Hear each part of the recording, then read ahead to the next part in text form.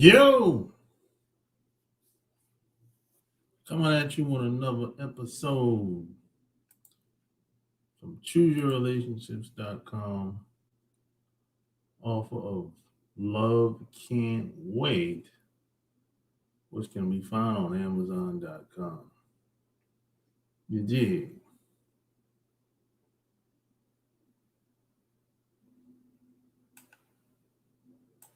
What's going down? What's going on out in these streets?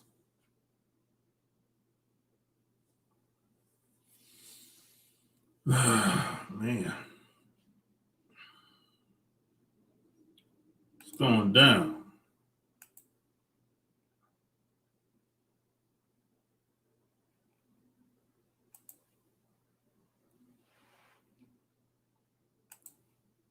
Yes, sir.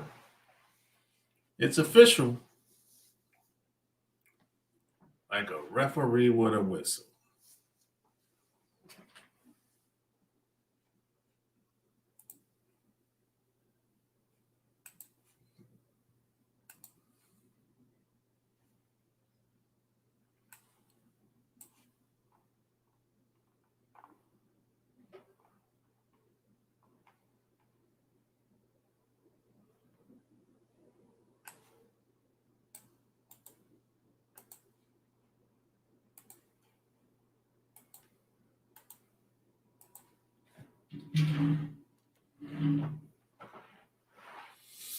Oh, man. Like the video, share the video, and all that good stuff, man. It's Saturday night, and I'm feeling right.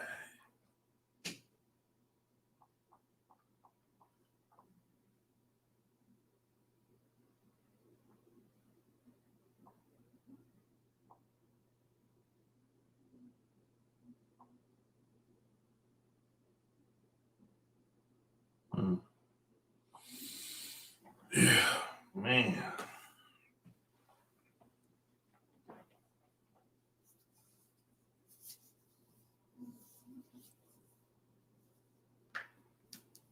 A lot going on out here in this crazy, crazy world that we live in. And P.S. and by the way, you can follow me on iTunes now. Love Can't Wait. You can follow me on iTunes. So you can listen to me in your car. You can listen to me on your iPad. You can listen to me in video format, of course. You can listen to me on your cell phone. Hey, you can listen to me anywhere you want now. Video, audio. Hey, I'm everywhere. I'm on Google, iTunes, Shopify,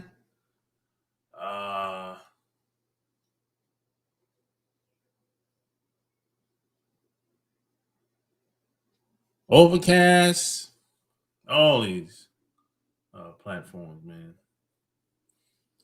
What up, Eric? Yeah, I'm everywhere now. Just go to Google and do a search for the Love Can't Wait podcast, and I'll pop up. Or you can just go to my website, ChooseYourRelationships.com, and you can find me there too. But hey, man, we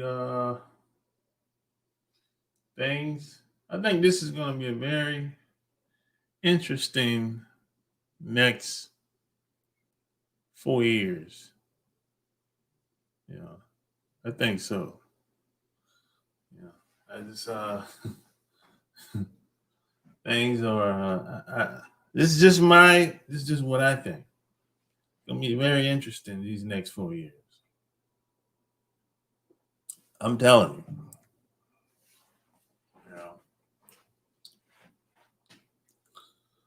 You're dealing with a bunch of degenerates out here. Degenerates out here, man. People, that's what you're dealing with out here. Degenerates, freaks, weirdos in the White House, and even at your job, you're dealing with degenerates. You just know you're dealing with. You ever met somebody where it's like, something ain't right about them? They check all the boxes. They play the part well, but you just know something ain't right about this person. And everybody has met somebody like that before. Everybody's met someone that's like that.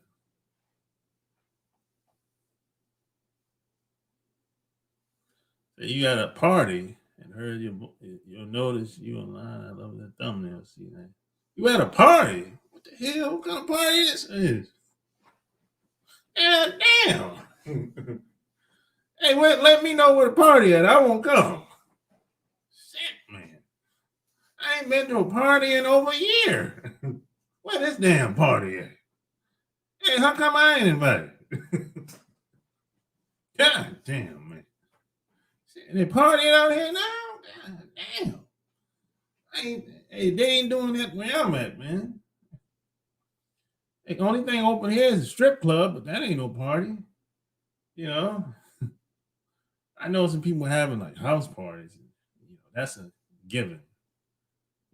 Freak show, something like that. But hey, people invite who they want over to their house. You know how that is. Which that makes sense. But I didn't get invited. That's all I'm saying.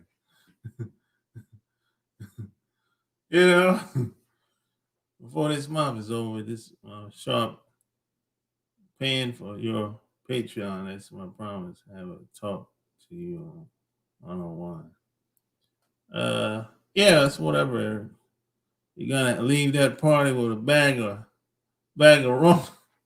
You might have a Rona. Hey, man, it depends on who coming over, Clay. That's why you shouldn't invite nobody over to your house if you don't trust them. If they're reckless, they can't come over. But I don't know who he's partying with, so I don't know. But if it's me, if I'm having a party, I'm inviting my closest friends that I trust. Because the people I roll with, they're not reckless like that. They're not reckless. People I roll with, they don't hang out with anybody. Just like me. I don't hang out with anybody. Some people have said to me, I'm kind of a loner. And I was like, yeah, I am kind of a loner. Even before the pandemic. And that's a good thing. There's a reason why I am the way I am. I can't just hang out with any and everybody. That ain't G. You're not supposed to hang out with every and anybody anyway. I always looked at that like, that's kind of weird to me when people do that. There's some people like that. They'll hang out with anybody. They don't even bother them. They'll be like, they'll hang out with the stripper, hang out with the teacher one day, hang out with who else to hang out with? Hang out with the hippie. Hang out. It's like you go from one extreme to the next. I'm like, my God. I'm like, geez. How the hell you go from Yeah. Yeah, some people like that, man. They hang out with anybody. It don't even matter. How you go from the stripper to the hippie? God damn.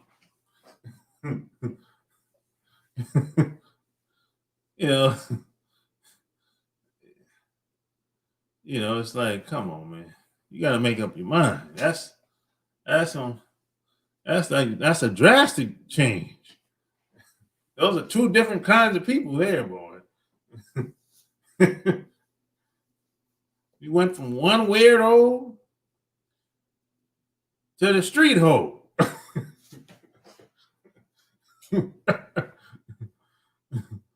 Some individuals have bad intention and disingenuous actions are reckless and life-threatening. Yeah. A lot of people have told me that, they're all careful who they hang out with and who they let come over and who they associate with. I'm like, hell, you should have been doing that in the first place. Why something has to happen before you tighten up? You should have been doing that. Something has to happen before you panic and be like, oh shit, I don't want to die. Well, shit, I'm like, why are you worrying about living? Your life is horrible anyway. That's what you told me. Hey, you said your life was horrible. So why are you worried about living all of a sudden? Hey, I know, man. Some people say, hey, it's cold, man. Hey, that's what she said, man. I didn't say it. She's already hating life. So I'm like, what you worried about living for? This is your easy way out. If you catch the virus, this is your easy way out.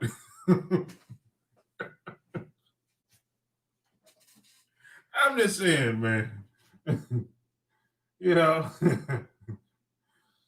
people are crazy out here, man.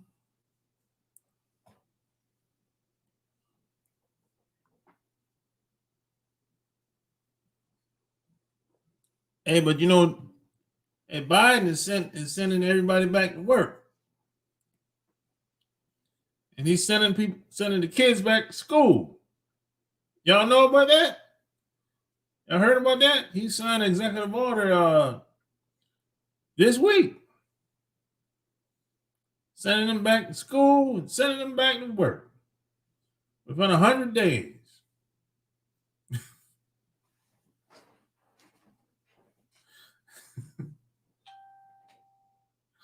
Hey, man, that's what he wrote.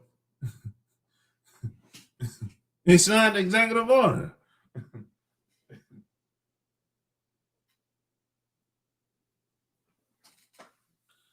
Biden sending y'all back to work, man. Hey, open them damn companies back up. Sending them back to work. Forget all this working from home bullshit. And forget about this. Then y'all back to work. Get this economy back up. Hey, y'all take this money, but hey, y'all got to go back to work. Hey, you see how the game is played? They give you the free money. Okay, quote free money. But hey, as soon as you take this money, this $600, let's just say $1,800. Assuming you got the first one, the first lump sum. You take this money, you got to get back to work now. Oh, man. No, didn't know about that at all. It'll be over soon in the middle of January before March 1st. Yeah. He signed executive order. He signed his first day in office. He signed 17 executive orders, yo. 17. He just made history, bro. Ain't no president ever done that before. The first day, God damn. First day, bro. Yo, man. And everything is all about gays, foreigners. That's what it's all about, too. It's all about gays and weirdos. Yeah. Hey, man. We're in trouble.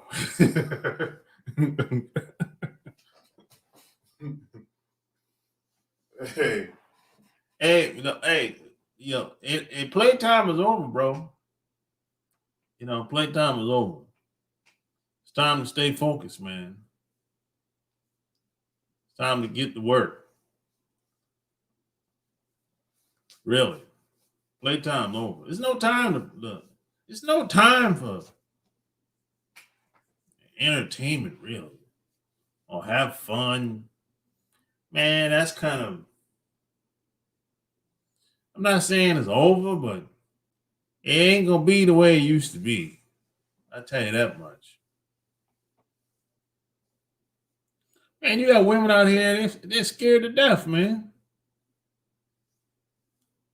Women are scared to death out here, man. They don't know whether they should start talking to guys again or not. They don't know if they should invite a guy over or not, or they should go over to a guy's house or not. There's a lot of women out here that's like that. There's women out here, I heard that they just cut some guys off. It might have been a guy she was fooling with before the pandemic. She just put the guy on hold. That's how scared a lot of these women are.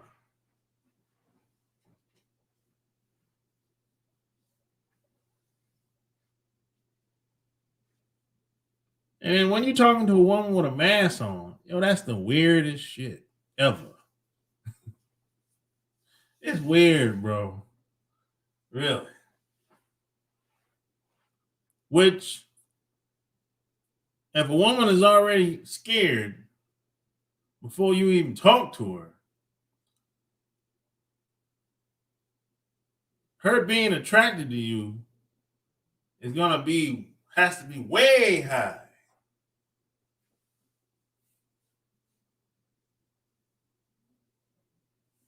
It has to be way high, man, for her to even consider coming over to your spot.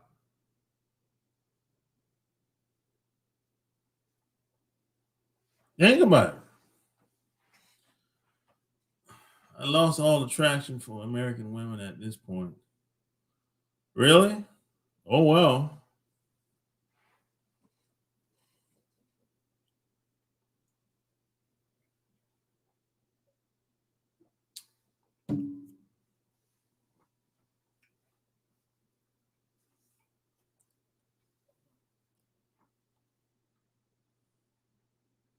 So now it's gotten to a point where people aren't really wasting their time like they used to. So in other words, if somebody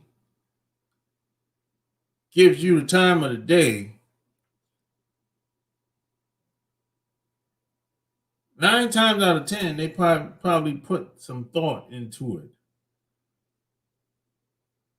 Because it used to be that, a lot of people would just have a gang of people around and they would just go through the Rolodex on their phone,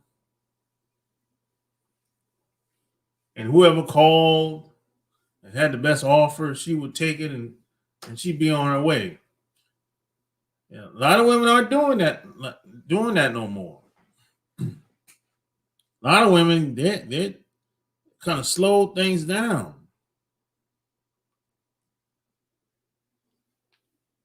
A lot of women kind of slowed things down, man.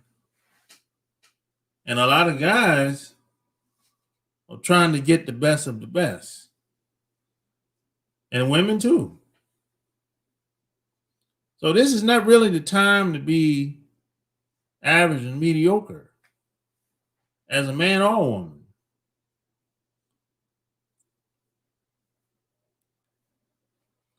What up, Walter?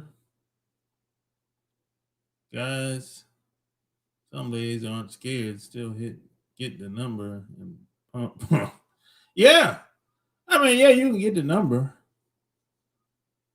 You can talk, but it might not go nowhere. It just depends on her level of attraction towards you. That's the point I was trying to make. You can talk all day long. I talk to women all the time. But some of these conversations ain't gonna go nowhere. I know it ain't gonna go nowhere. I just be talking shit. I know it ain't gonna go nowhere. It is what it is.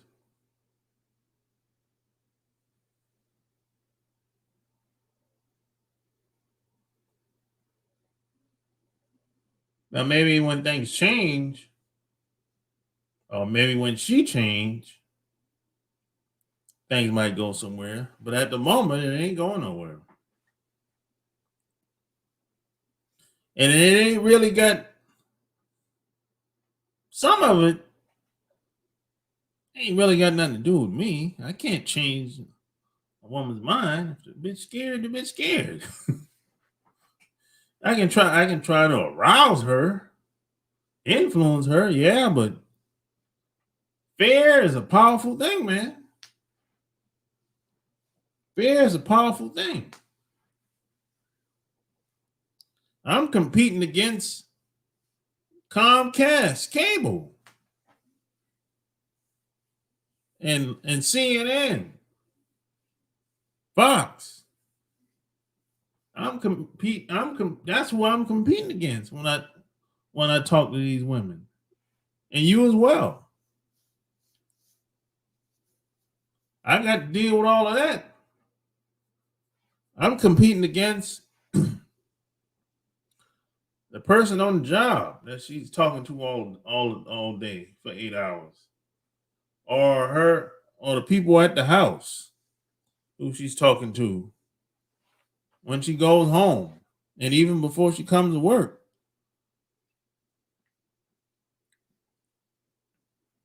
Assuming she's at work, or if she's not at work, if she's out in the street or out in public somewhere, I don't know what happened before she left the house.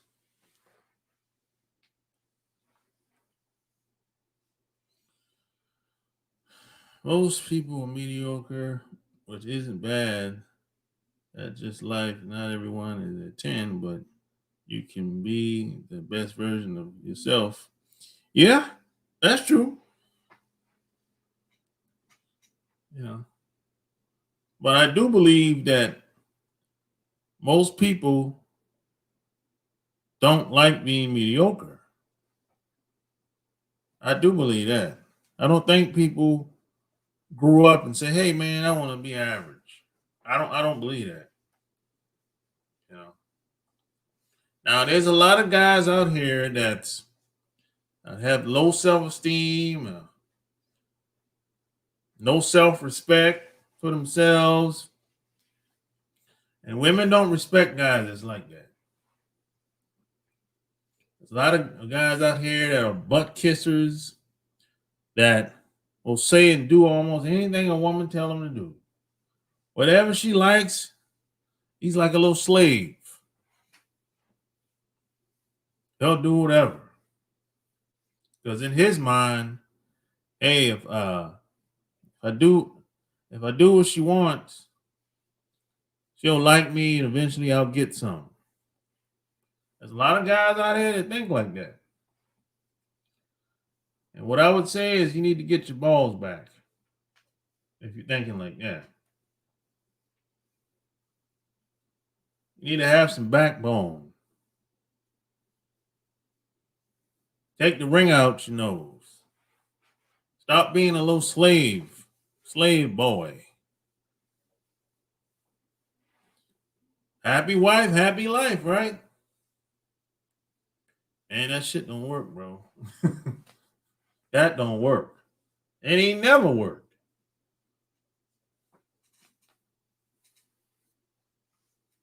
It ain't never worked, man. What up, Geechee Dan?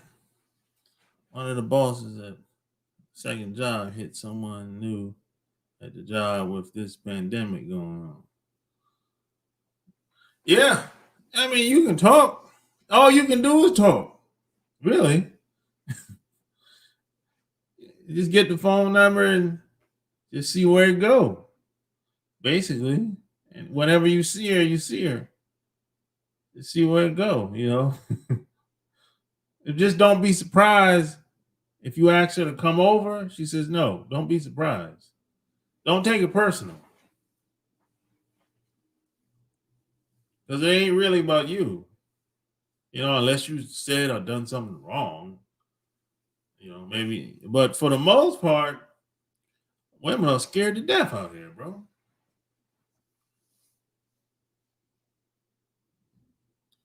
My mother teaches me don't be thirsty for no woman at all. No, you shouldn't.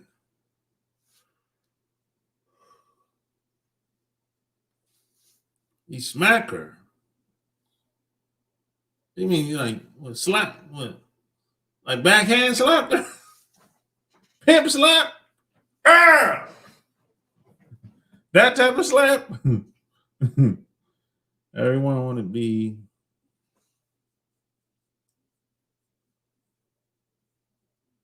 they can only be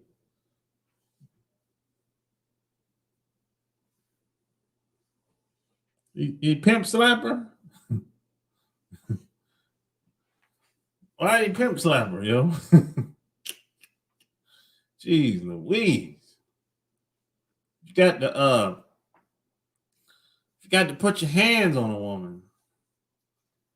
That ain't the business. You need to leave her alone. That ain't the way to go, man. Seriously. That ain't no player shit. That's some gorilla shit there. that you know, I don't recommend that. I don't recommend guys putting hands on women. I ain't into that.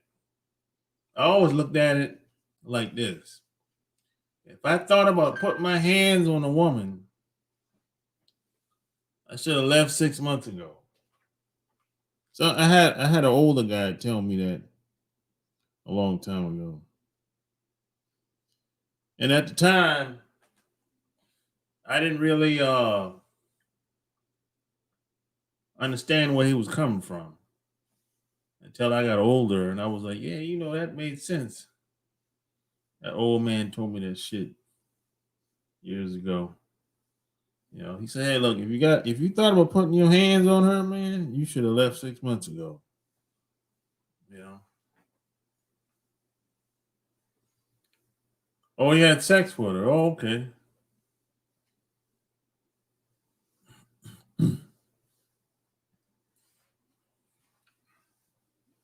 Oh, he's had sex with her.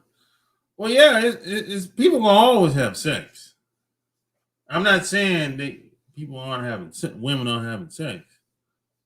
Just people not having sex in general. But it's not as easy as it used to be. That's all I'm saying. And that's a good thing. That's a good thing. There's a lot of people out here who are reckless. And they still reckless. But maybe it's a wake-up call for some people. Because, you know, a lot of people thought they had too much freedom. They came over here from some other country and they say, oh, it's free in America. It's free. I can sleep with all the guys I want and still get married one day. That's what they mean when they say free. They're not talking about just being free, moving around, having more options. No, that when they say free, they're talking socially free. Like, oh, I can sleep with a bunch of guys and they won't judge me, and some old simp, some old wimp, some old chump will still get married to me after I got wore out and ran through, ramshacked. You know what I'm saying? That's what they mean when they say free. But see, it goes over our heads if we ain't paying attention. See, when I say free, I'm talking about having options to do what I want, move the way I want, hang with the people I want, and love and care about. Having options. That's what we mean. Most of us mean when we say free. When they say free, they're talking about something else.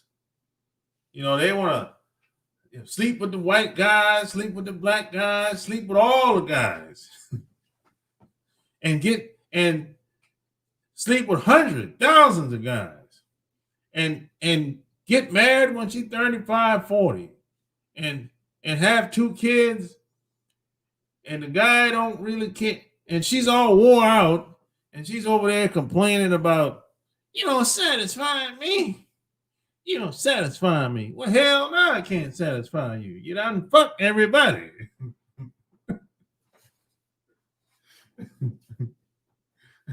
See, that's what they talk about when they say free. These women that come from these other countries, they talking about something totally different. Just keep that in mind.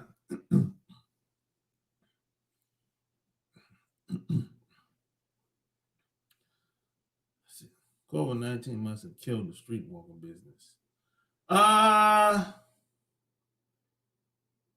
That's a good question, Keisha Dan. I think it might have put it on hold, but it ain't killed it.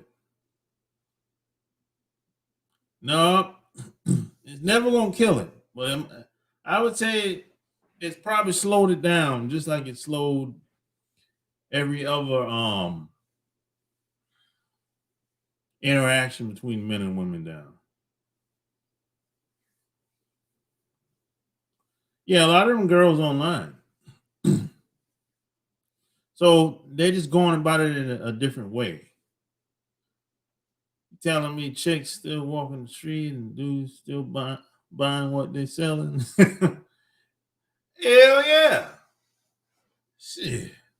I don't know what websites they're on now. A lot of them girls probably on the dating websites now, trying to finesse the guys in the paying for cooch. Because Backpage used to be the website where a lot of these women used to be on. I don't know what websites they're on now. They're probably on what's the Aston? And what's that website where for married couples with open marriages and stuff like that? Well, not on swingers. What's the swinger website that's out? And it's Aston Martin. That's the name. It's Aston Martin. No, I forgot the name of the damn site.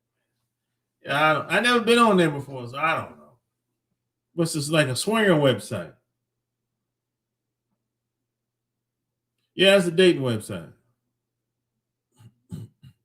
They be on Tinder. Yeah, I can see that.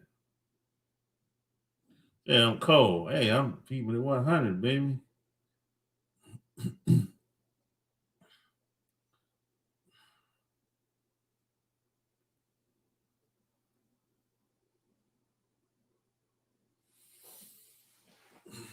Yeah, a lot of these women be on. What's it? Yeah, Aston Martin is a car, but there's a what's that damn website? Not Plenty of Fish. I think I forgot the name of the site, bro. But it's basically married couples be on there, and they find guys, men and women, that they can have a relationship on the side. Yeah. As a matter of fact, I'm gonna Google it. I'll tell you what it is. I'll tell you what it is, goddamn it.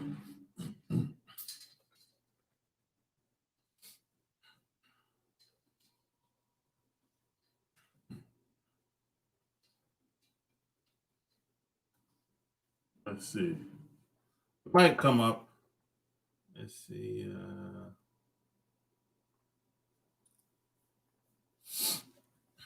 Maybe not. Let's see. Maybe I put the wrong.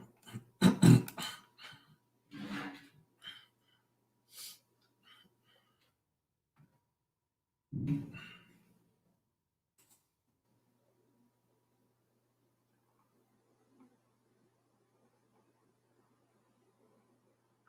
see. Oh, I got it. It's Ashley Madison. It's Ashley Madison. That's what it is. Ashley Madison is the website where married couples be on there. Ashley Madison. That's it.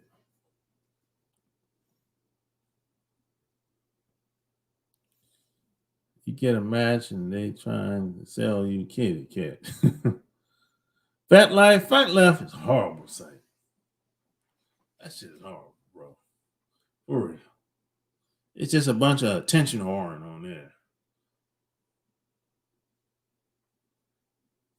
Yeah, they got OnlyFans page now. They don't need to go out on the street no more. They don't need to walk the streets no more.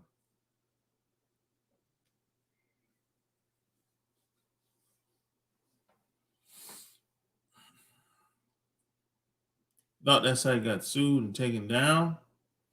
Well, nah, it's still up.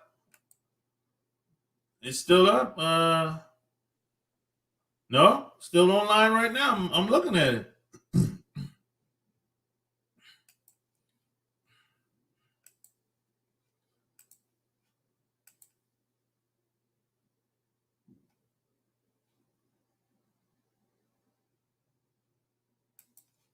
Maybe he did get sued. That guy. I forgot his name. People get sued all the time, bro. That have big businesses. Or if you have big businesses get sued all the time. That don't mean nothing.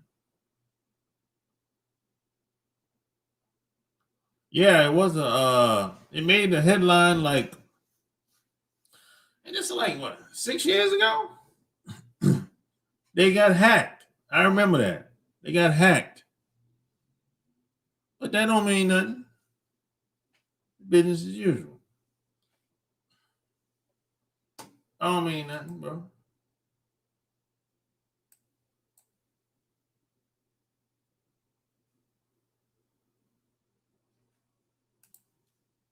Let me see something.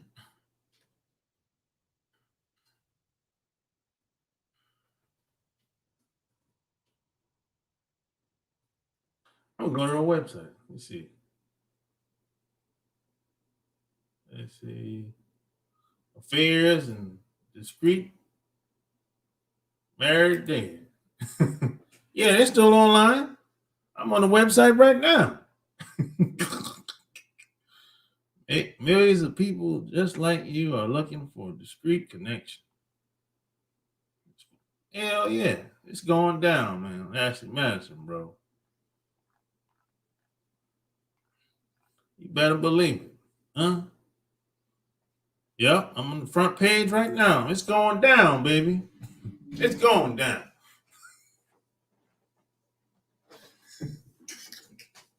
Hey, man, it is what it is, man. Yeah, they got hacked. I remember that. Yep, I remember that. They got hacked. Somebody hacked them. I remember that. But check this out. It's hard to sue because when you sign up for them type of websites like that, you have to agree to everything. You use this website, you have to agree to all their policies. So, they're not going to, you basically use the website at your own risk. All they do is try to match you with other people in your area. It's because they got these little check boxes at the end of just before you click the register. So hey, but it doesn't say anything about the website getting hacked because nobody thinks that they're ever going to get hacked. That ain't covered in the agreement. So it's hard to sue if your information get leaked. Hard to sue companies like that. Now, if you can prove that somebody in the company leaked the information, okay, that's another thing. But you can't even prove that. Mississippi in the house. What's going down?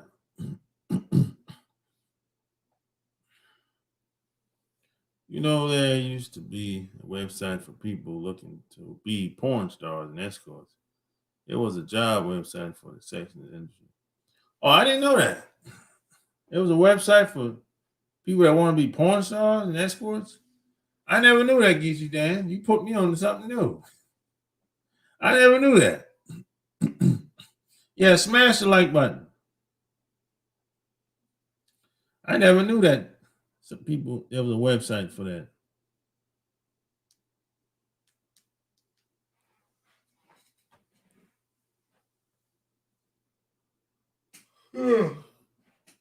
Man.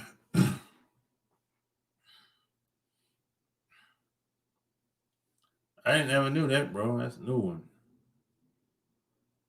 You know.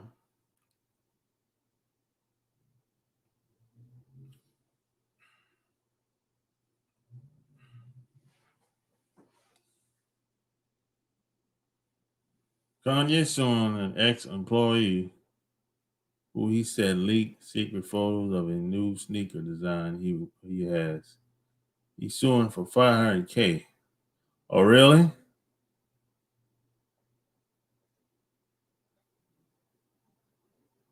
No.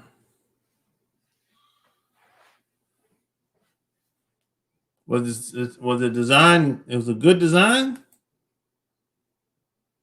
or was it so design?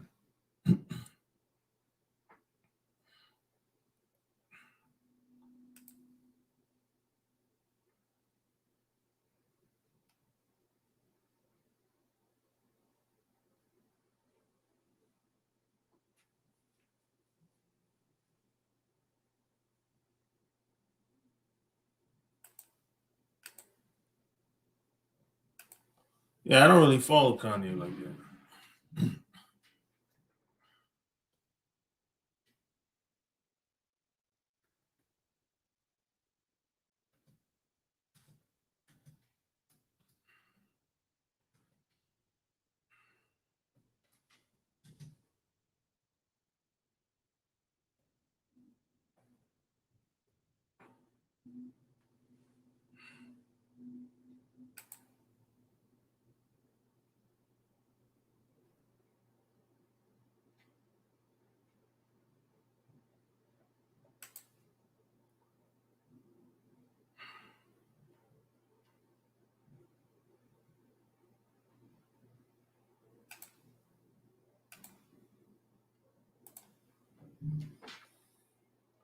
Like Kanye,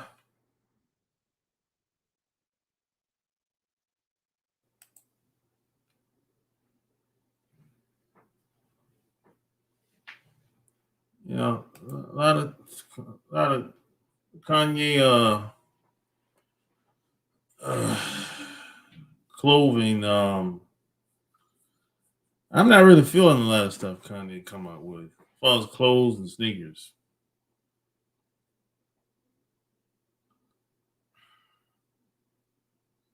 Or Kanye broke.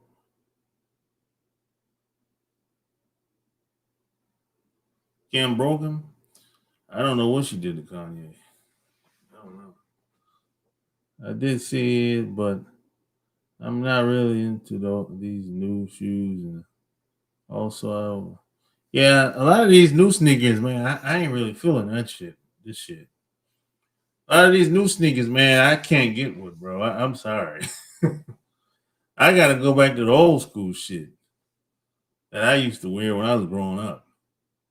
I was like, yo, this shit here is some weirdo shit. They designs they come out with today. I'm sorry. It's just me. You know, just me. Maybe it's just me. These little clown shoes. What do you think of men wanting to date outside of the U.S. more and more? I don't think anything's wrong with it, man. I don't think anything wrong with dating women outside. As long as you know what you're doing, man. You know, you gotta know what you're doing. Especially when you go outside of America and start dating these girls. The Kanye sneakers are not my cup of tea. Me either. How much some shits was like 1,500, right? The Yeezys at 1,500. They alright. I wouldn't buy them though.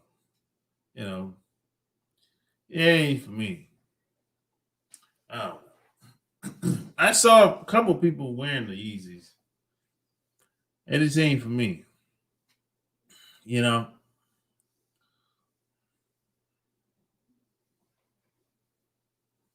I don't know.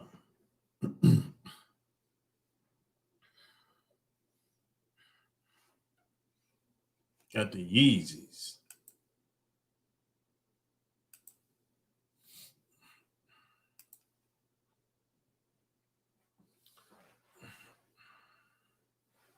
Yeah, yeah. Kanye, he's different. I'll tell you that much. He's fearless though. He's fearless. You gotta be, I think sometimes, man, in order to get to where you want to get to in life, you gotta be a little weird when it comes to certain things, certain aspects of your life. You know. If Kanye wasn't a weirdo, he would have never became a billionaire, right? He wasn't a weirdo, he wouldn't have became a billionaire. You know, so I believe that. Most people I know that are weirdos, most people I know that are made a bunch of money, they're kind of weird in a sense. You know, but hey, man,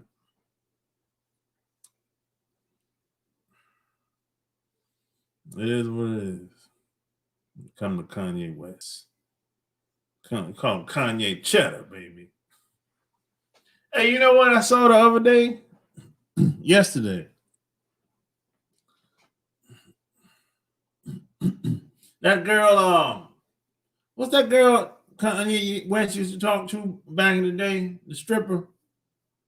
What's the girl name? Got a big butt. What's her name? Light skinned chick from Philly. I think that she's from Philly. She used to be a stripper back in the day. She did an interview with Fat Joe on Instagram. She was saying some old wow shit about Kanye. Yeah, Amber Rose. She was saying some old wow shit. Well, she had an interview with Fat Joe on Instagram, man. That shit was crazy. Are all crazy people fearless? They're crazy. The trick is to be fearless when you sing. Well, yeah, you can say that, Geechee Dan, but usually doesn't happen that way.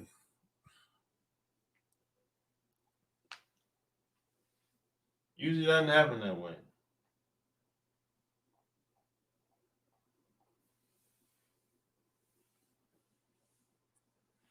Do you believe in most white dating coaches in the black manosphere are real or mostly stealing material from black brothers? What white dating coach? Who are you talking about? Hey, what's the manosphere anyway? What's that? What's that mean?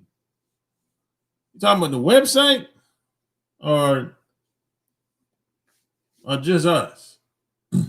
When you say manosphere, you talking about the website itself or just us? Most women between the age of 18 and 26 are all amoroses. Well, you got a good point there. You know, that's a good argument. Hey, man. It's wilding out here. Oh, just us? Okay. Well, I think the white dating coaches are speaking to the white guys mainly. So, hey, let them do their thing, man. The white when the white people start giving dating advice online, they're not really talking to us. You know what I mean? So let them do what they do. That's how I feel about that. And are some of them stealing material? Of course, they're stealing some of the material. That's what they do. Steal every goddamn thing. Shit. You gotta get it from somewhere. Just steal it. And just call it something else. That's and water it down. So the white audience can take it. Because if it's too hard and too raw, the white audience have a hard time taking it. Because they kind of soft, you know. So let them do their thing, man. I don't have no problem with it.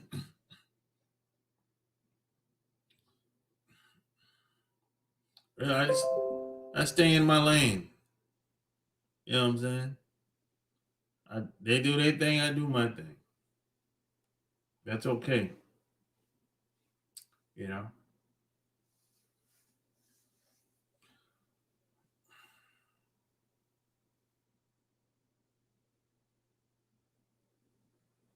Average chick say you can't slut shame, and a woman can enjoy themselves too sexually. Yeah, there's a lot of young girls think like that. That's what I said earlier. You know, they had too much freedom before this pandemic. 18 them girls in the early 20s and even the 18, 19-year olds, they feel like they had a freedom to just sleep with as many guys as they want, and the guy they get with supposed to don't call them names and don't judge them. And through all of that, one day some guy's still supposed to get married to her with all the baggage that she has. That's why a lot of women like coming to America. Man, in these other countries, they don't play all that. They don't play that. You gonna get judged in these other countries. Forget about it. You gonna get judged.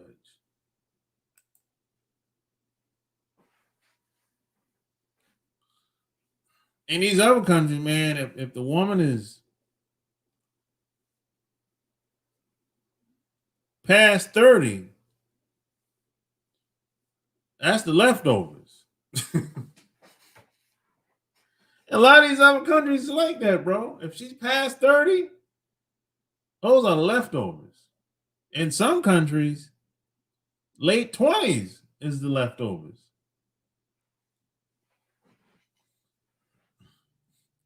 And those same women, they'll run over here because they done failed over there where they came from. They failed over there. They come over here and they still fail it. With all the freedom you have, you still can't get a man. You failed again. Come over here. You failed marriages, failed kids, everything. If they come over here, they'll get turned out, man. Have y'all coked up, doped up, alcoholic. She'll be 50, 60 years old, divorced, couple kids. But the kids are probably grown by the time she 50, 60. They probably grown, moved out. She home by herself. And the guy she used to get married, the guy she was married to, he got married again with another woman. Now she done, and this is the same guy she done talk shit about. She blamed everything on him. It was all his fault. So I'm like, well, wait a minute. He can't be that bad if he got married again and you single. What the hell going on, man? If he married again and you single and you sitting there talking about him, he ain't talking about your ass. He can't be that bad if he got married a second time. That's all I'm saying. It don't take a genius to figure this out.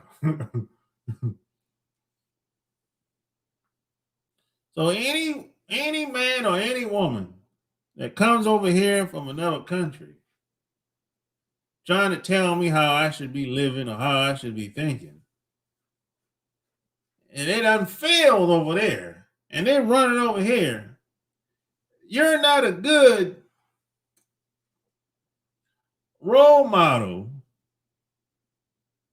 a good example to be telling me, sure. That's all I'm saying. That's all I got to say with that. That's what I thought. I know they wasn't talking to me. Only black men need a game, so of course they stole from us. Yeah, white guys didn't need no game back in the day. If you got the power, hell, you don't really need much game. You got the power, the woman to jump in, get in the car. Damn shit. You coming with me, you my woman. You ain't need no game when it comes to that if you got the power. When they started losing power, that's when they had to have a little game. And white women started having more job opportunities. That's when things started to change between white women and white guys. You can ask any white guy this. They know what time it is.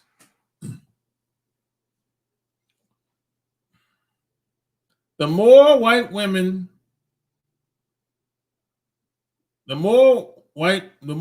white women make, the more problems white guys have with them. You can quote me on that. Like the lottery, blacks started it and called the numbers. White folks called it illegal shit. All the black guys down, put them in jail. White folks took over and renamed it the lottery. Yeah, they used to run the numbers back in the day. That's how they came about with the lottery. Yeah, that's true. But how is a dude gonna know her baggage if she moved to another location?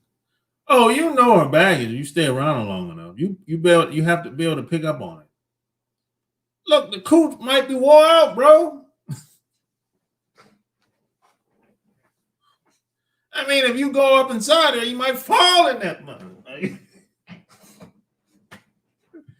I'm just saying, man. It don't happen like that all the time, but it happened like that a lot. You go up in here, you fall in that mother. You're like, whoa, you swimming in the sun. Hey,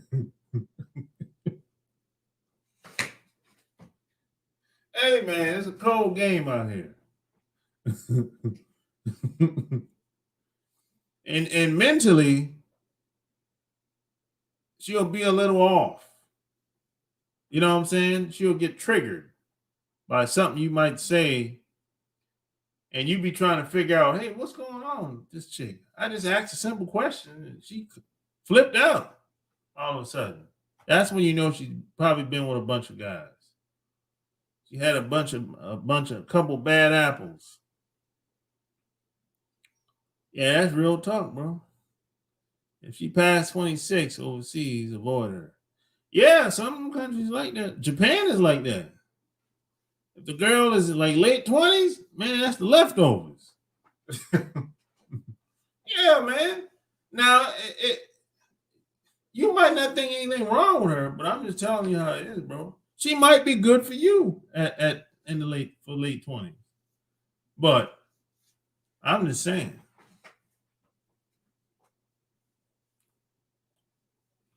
Yeah, that's true. In most countries, they think something wrong with a girl if she like 25 and not married with kids. Yeah, she's unfit. I don't know, Trump.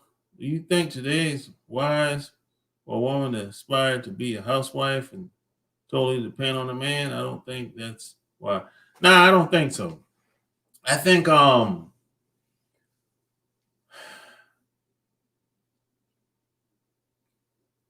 woman should if a woman doesn't want to work a job, I think a woman should help the guy do whatever he's doing. So in other words, whatever plans the guy has, she should help him. She should try to add value some way, somehow. That's what I think about that. She don't necessarily have to work the job, but just help the guy do something. You know, you just be on the red carpet with the dude. Hey, just get dressed up and look nice. Take pictures with him. Go to the conference with him. Get on a video with him. Get on the podcast with him. You know, write a book with him. Whatever. Those are just a couple examples. You know, some way make a connection for him. You know, and as far as based on what he's doing, what he got going on. You help him make deals, help him get deals. You know what I'm saying? Yeah, smash the like button. Whoever controls the money control the women. Well, there's some truth to that, Dan. It just depends on the dynamics of the relationship.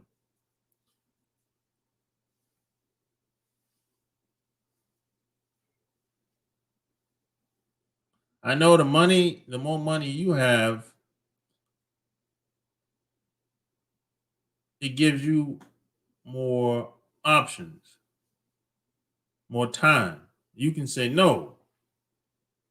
If they start acting crazy on that job, you can be like, hey, hold up, man. Wait a minute. We got to talk. I don't know if I can do all that. But if you ain't got it like that, you got to go to that job and kiss ass. You can't say no. If they ask you to do overtime, you got to say yeah. You can't. You feel like you got to say yeah to everything. And they got you by the balls then, boy. You know.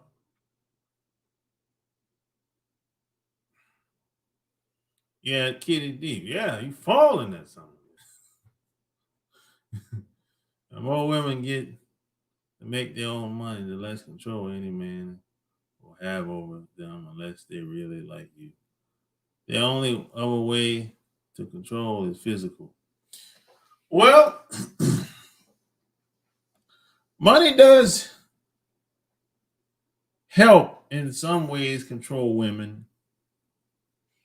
Whether you want it whether you wanted to or not. But that shouldn't be your MO. I'll say that. Because see, women look at money as their power, safety, security. But we don't necessarily look at it like that.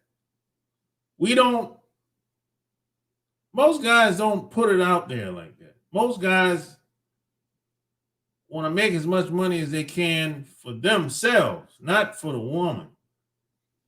You know, she just happened to be with you. But she's looking at it like, hey, go ahead, make that money, because she wants to feel secure. That's just what it is.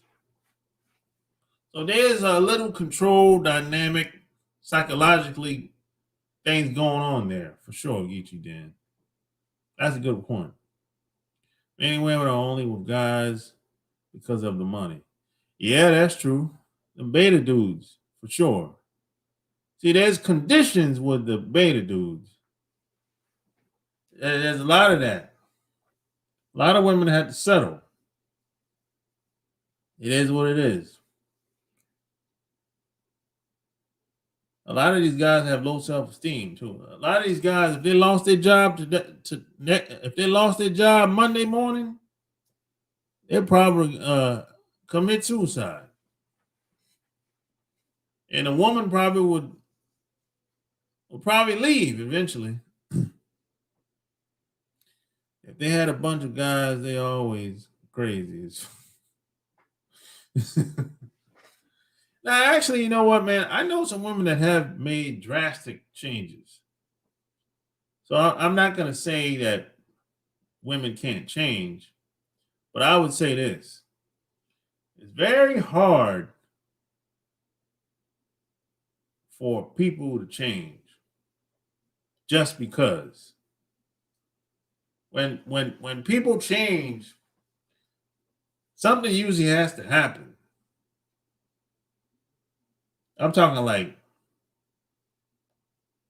something crazy has to happen. Like she was in a car accident, she was in a coma, and when she came out the coma, she was an entirely different person. Something drastically have to happen. Maybe she got shot, and when she got out the hospital, she almost died when she was in there. And when she probably went through a scenario where if she lived, she was going to make a change and stop being reckless, something like that. People change when they want to change. They're not going to do it for you, and they're not going to do it for me. But it's usually something that changes their life. That's usually how that goes. But that doesn't happen very much. It doesn't happen very much. You saying all old ex-hooker are crazy? Yeah, a lot of them are crazy. Being on the streets, man, will make you crazy. It is, especially if you're in these big cities. Living in these big cities will run you crazy, bro.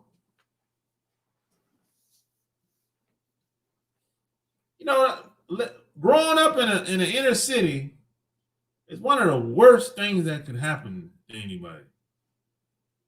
And that's real. And you don't realize how crazy it was when you were growing up until you get older. It destroys your self-esteem. It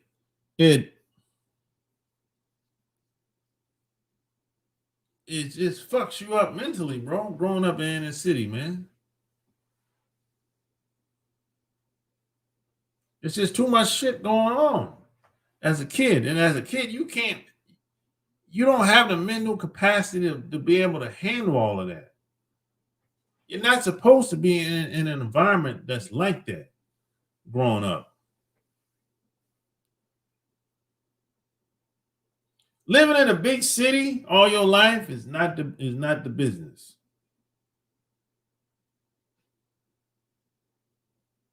It's not the business, yo. That's real talk. Now, of course, some people are going to disagree with that because they're selfish. They only think about themselves. They don't see the big picture.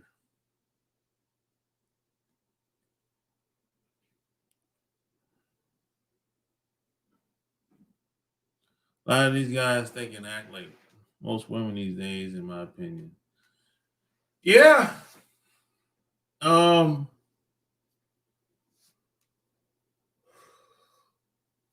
they act like women and they don't even realize it. That's the thing. You know, they don't even realize it.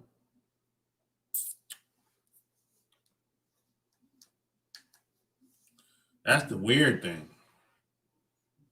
I didn't realize it, bro. They be acting like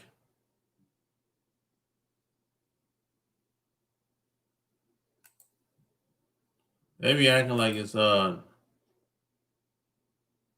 normal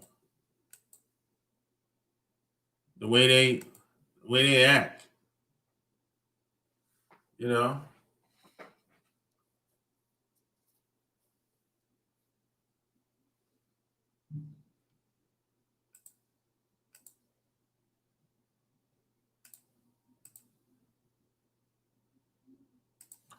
Yeah. And a lot of times it's because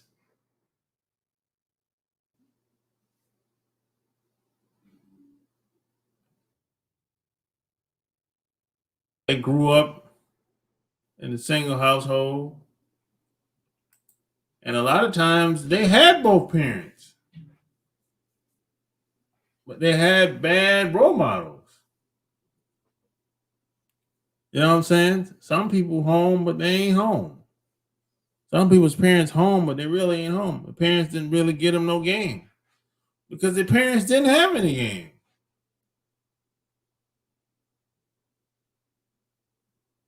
You know, I know a lot of people. When I was growing up, most people I knew had both parents in the household. That started to change when they started letting them damn immigrants over here in the late 90s. That's when you started seeing single moms and all this shit. In the late 90s, that shit started to change like fast, like overnight. And I started seeing like people, foreigners from all over the goddamn place. When I was growing up, man, where I'm from, it was blacks and whites. It wasn't no damn Puerto Rican. No, I didn't know what a Puerto Rican was until I went in the till I went in the Navy, bro. I didn't know what the fuck a Puerto Rican was. So, I ain't seen no Mexican until what? Uh, until I went in the Navy. I, I've heard of Mexico, but I ain't never seen a Mexican. Where I'm from, for real. Even on Myrtle Beach, you didn't really see no Mexicans like that until I went to college in '93 and came back like '95. And when I went to Myrtle Beach, it was Mexicans everywhere. Like 1995. And then '96, I went in the Navy. And when I came back, oh man, the population of Hispanics doubled in Myrtle Beach. The population doubled, bro. I'm talking like in a 2, 3, 4 year span, the population doubled with Hispanics, bro. They were letting them come in like crazy. And some were illegal. Nothing against them, but I'm just telling you how it was when I was growing up.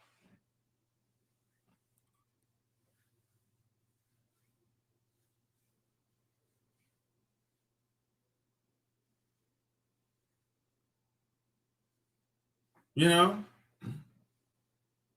And when a lot of those people come in from these other countries, they're working against us. They're not trying to be friends. They didn't come over here to be friends with us. We don't have no friends.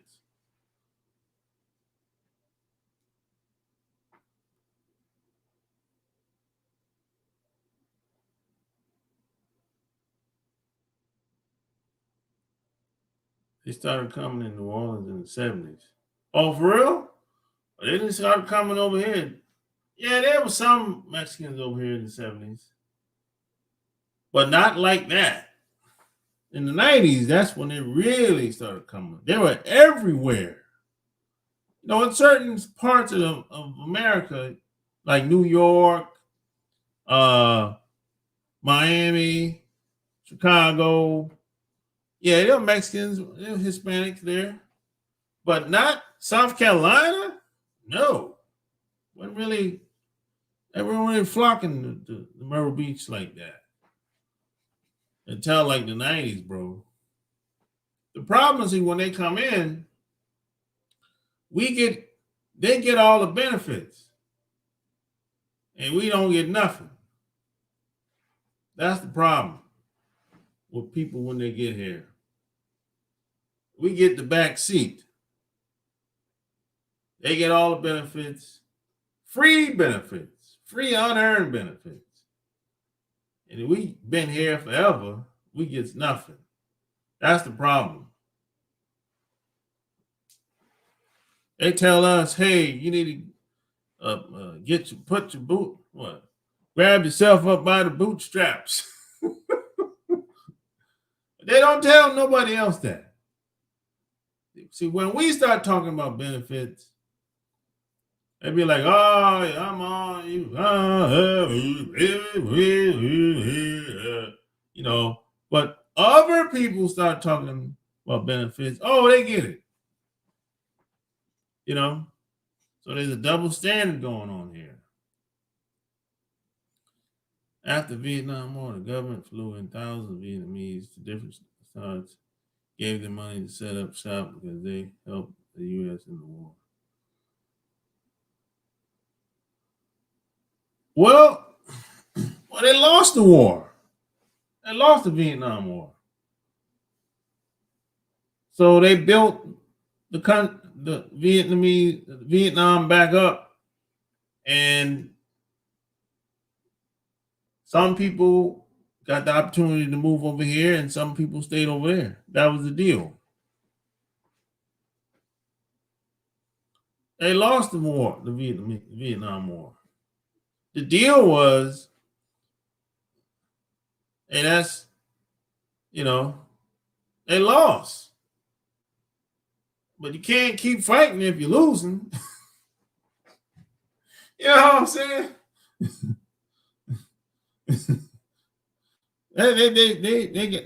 They got guerrilla style over there. Guerrilla warfare over there in Vietnam. They're not trained like that over here. It wasn't trained like that back then either. They still ain't trained like that over here today, to this day. So the deal was, hey, let's talk peace. Some people stayed, they built the country back up, and some people came over here that wanted to come. Yeah, that's how it worked. So people come over here, they get money for what? For businesses, a certain amount of money for business, a certain amount of all kind of shit, man. I can be here. You get money for your religion, you get benefits for your language you speak, you get benefits for the country you came from itself. Man, all kind of benefits, bro. I'll be here all day talking about that. You know, them getting money is wrong from the white government, yes, but the real problem is that they are united and we are not. No, that being united is they're not really united. They just have a code of conduct. And these other groups of people were raised with anti-hatred towards us. It's not, see, these other group of people come over here, they do what they want, no one bothers them. No one is sabotaging anything that they do. But we get sabotaged all the time, bro. Let's take me, for example. I'm going to use myself, Geechee Dan, for example. When I put a video up, most of the time you don't see it. If you do see it, it's going to be a couple days later or something like that, if at all. And I don't even get the views like I used to. That's sabotage, bro. I went from 5,000 views. No, I was getting 5,000 views at one point. I went from, let's say 5. I went from 5,000 views at one point, each video, to 2,000 views. Now I'm at 400 views. But take somebody else that don't look like me, giving the same advice, was watered down. They put up a video, bro. It's gonna get 1,000, 2,000, 10,000, 20,000, 50,000, 100,000. It go viral. These other people don't have to deal with that stuff, Geechee Dan, that we go through. So it ain't about being united all the time. They have a code of conduct, and no one is bothering them. No one is sabotaging them. This last week. Check this out. Last week, I did a late show. It was after midnight. And I had people trolling me, calling me on the phone, trying to mess up the flow of the show. Bro, these other groups of people don't have to deal with that. They don't got to deal with that. That's what I'm talking about. These other groups of people, no one attacks them like that. No one puts them in jail. No. They ain't doing no checks of some of them nasty ass Chinese restaurants. Do you think that these nasty Chinese restaurants is clean, man? Yeah, you were here, so you know what I'm talking about. Look, I haven't been on here on YouTube as long as a lot of these other people that I know. They don't get phone calls like that from trolls. That happens to us. You know, so that's what I'm talking about. People do what they want to do. No one's sabotaging them. They can say what they want. Can you call up? That's one reason why I'm not taking calls, Geechee Dan. Because it might be a troll that might call up. I was like, before I came on here, I was like, I ain't taking no calls. I don't feel like dealing with no trolls, man. You know what I'm saying? I don't got the patience for that shit, man.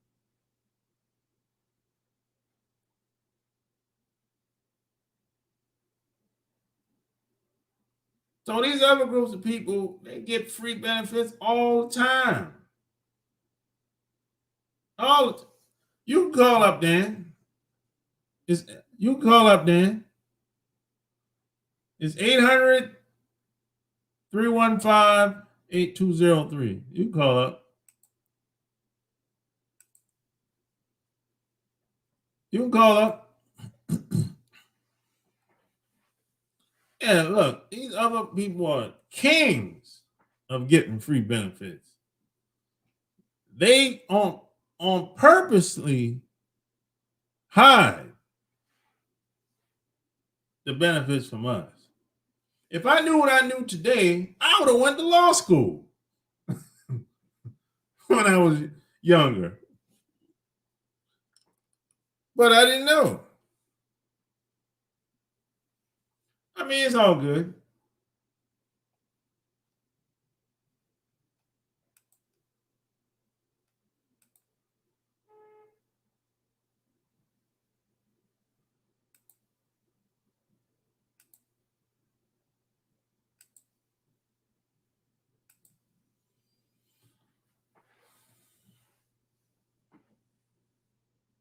All right, cool.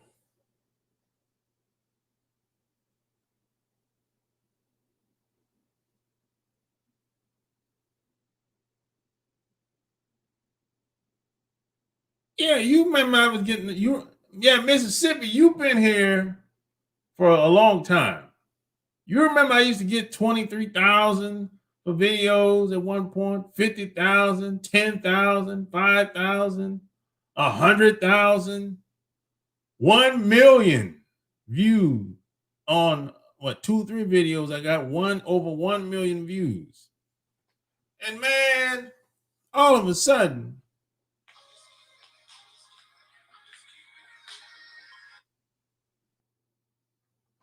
yo. Hey, what's going on, Sean? Oh, what up, bro? What's going down? Not much. But this is what I'm talking about the unity and everything. All right.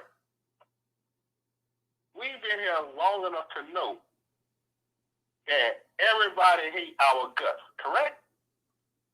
Well, some of us don't know that, bro.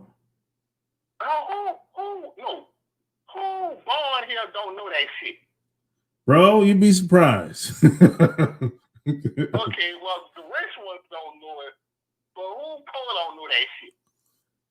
Bro, I said the same thing, bro. I met some black people. I'm like, what? Where are you from? Look, at least we all know motherfuckers against us, right? Yep. And do all kind of underhanded, dirty shit and lie about it to keep us down, right? Yep. Now, we all know that shit. All right, so we all know we're in the same boat when it comes to that. Now, we all make money, or we all make money, all make our own money, all have jobs where we get money. But what I see other groups doing is they learn how to pull their money, their resources together. They might have, like, after they pay all their bills and everything, they might have $100 left in their name. But they're smart enough to get together with each other and say, okay, we're going to take $50 of the $100 that we got, we're going to put it together and buy this that we need for our community. For our community, meaning their community. We don't have that kind of unity. We don't have that kind of unity to do that kind of shit. We don't have, most of us don't have the sense to do that kind of shit. That's what I see how other groups get ahead. Because other groups, I mean, they weren't blowing a silver spoon in their mouth. Look at what they did to Chinese back in the 1800s when they came over here to build a railroad. They were treating the Chinese like trash. Yeah. With some kind of way trying to pull this off up. You know, the Chinese over here. I'm not talking about the Chinese people in mainland China. I'm talking about the Chinese people that came over here and didn't have no connections, like didn't have no money, no funds coming back from over there. I'm talking about the Chinese people who came here as a group and banded together, not with the Chinese that called, but with all of the people that were here and pulled this off up. Bro. Now, like, okay. A lot of times it just depends on where the black people at. Now, where I'm from, it's like that. The way you said it, black people are together. Where I'm from, it's like that. But then in most of these cities, it ain't like that today. You know, I mean, it is what it is. I'm looking at it like this. You got some black people who got money and a couple of generations deep in money. So they're disconnected from the average normal person out here in the street that's still I'm glad you said that. Check this out. A lot of those people that are, I guess you can say, disconnected a lot of the other black people, they're the ones that help sabotage the other black people. Well, that's called the boule. Yeah. The boule class. Yeah. Now, the average person is smart enough to see what the hell they're doing. No, hey, bro, so I had this discussion with my brother, bro, a couple of days ago. It's this guy back at home. I know he's boule. I knew he'd been boule ever since I was a kid. You know, something about him, I just said, something ain't right about that dude. And then, because he's like, I think he's on the city council, the board of the city council back at home, right? And he disagrees with everything that's involved in our community where we live at. He said no to everything. And I was like, yo, exactly. So I was telling my brother that. I said, yo, you gotta watch that dude, man. You know what? He says no to everything, but he don't have an alternative. You gotta watch him. You know. Do you think we should explain to the people what we mean by boule, or we just leave it a mystery? Yeah, let's leave that alone. He's supposed to tell everything that you know, but I don't know if we should tell people the definition of what boule is. Yeah, we'll talk about that later. All right. Okay. But here's the point though. These other groups of people, they don't have. You can't get away with that amongst them. If they have some people in there, they got a code, like you say. But not only do they have a code, you get your ass kicked and you got to get up out of here or you're gonna die. Yeah. We don't have that. We don't have that today. That's been beaten out of us. Now, when my dad was growing up, yeah, it was like that. But today, no, we soft today. Well, why are we soft? Is it an accident that we soft? No, it's not. Okay, wasn't it a plan, like about a 50-year plan to make us soft? Yup. Okay, so we know where it came from. It ain't just came out of the air. We know what happened.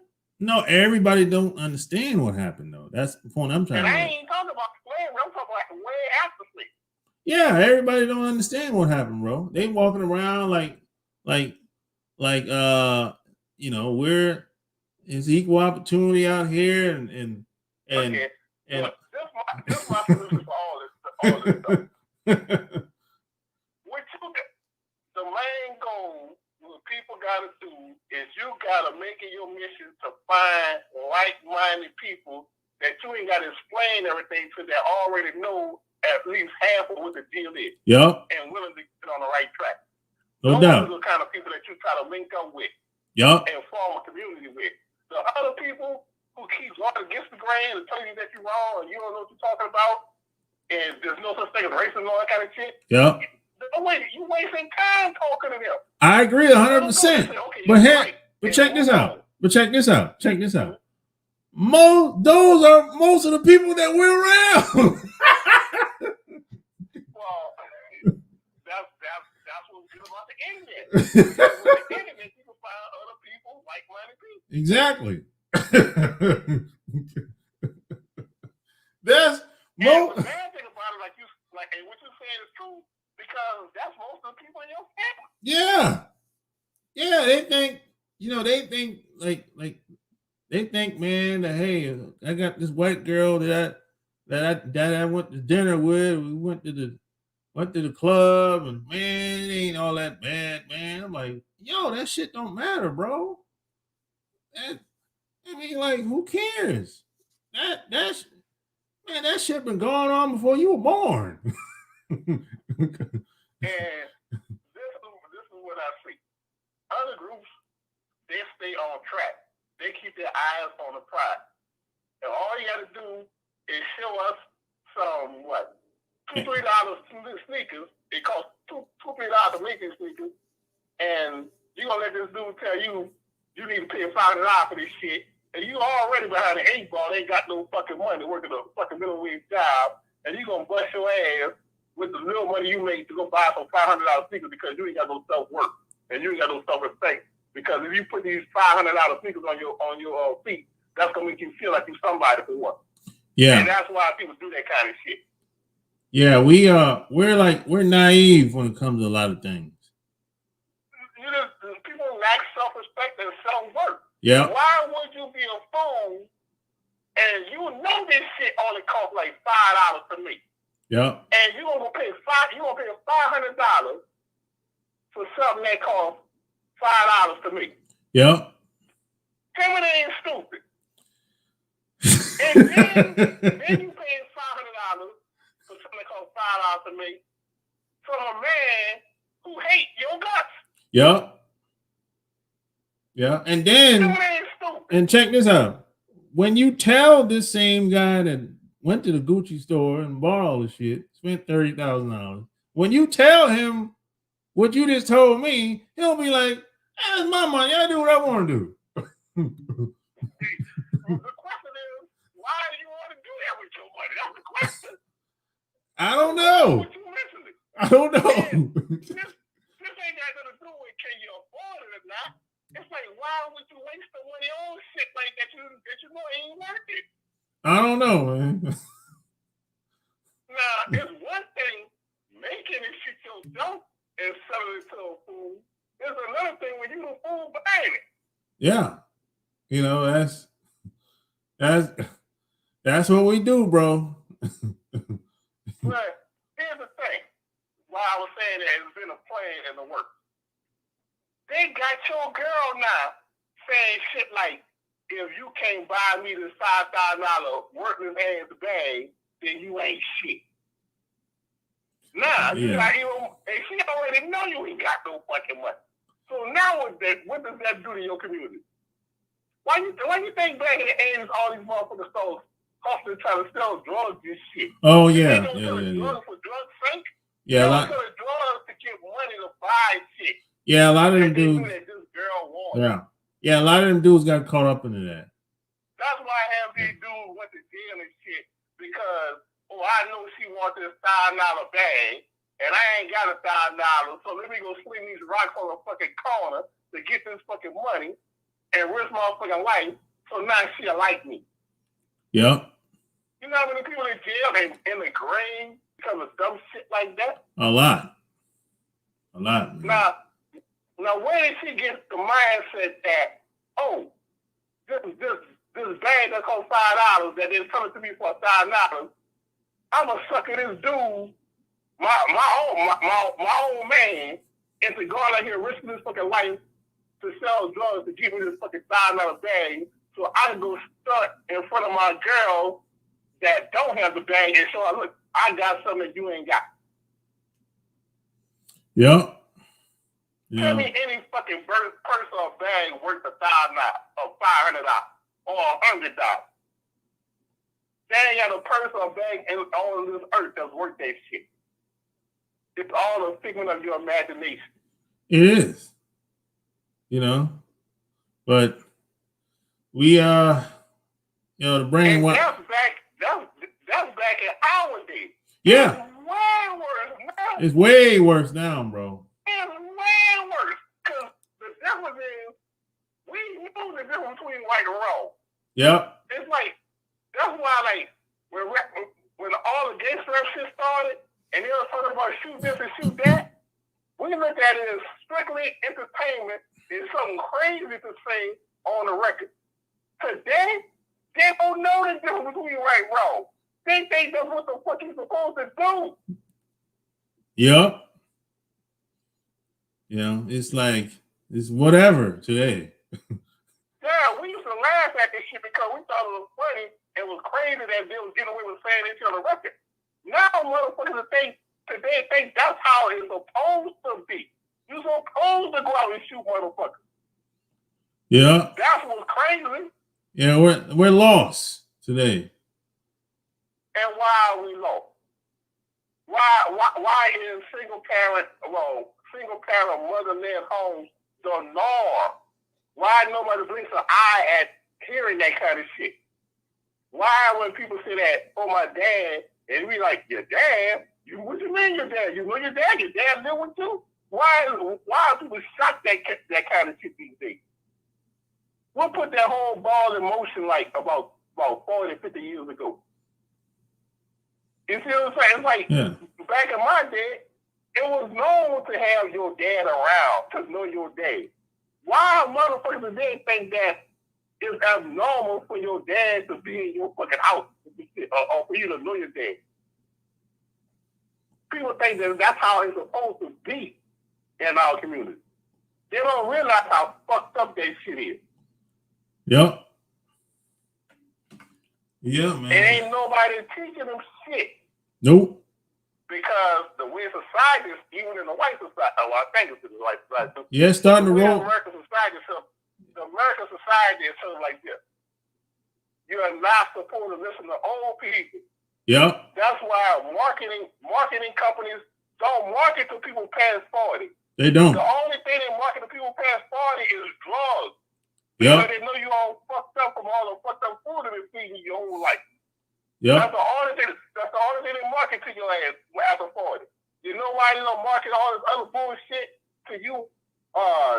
That they market to all the young people? Because they know that by the time you 40, you realize it's all been a game and bullshit. They can't pull the same dumb shit on you that they can pull on the dumb people, on the young people. Yeah, that's the game. So that's why they don't market that dumb shit to you, because they know you too smart to fall for the dumb shit.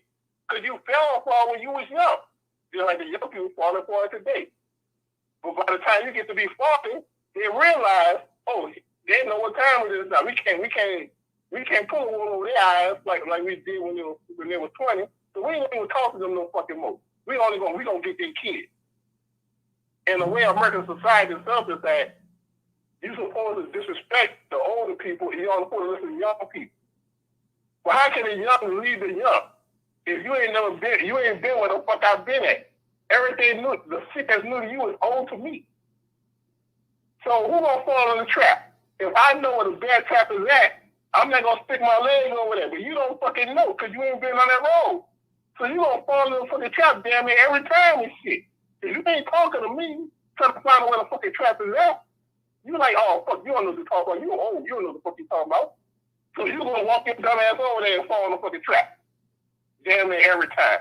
And that's how the game is set up, because every time you fall in the fucking trap, they'll put more power in my pocket and they'll put more money in my pocket.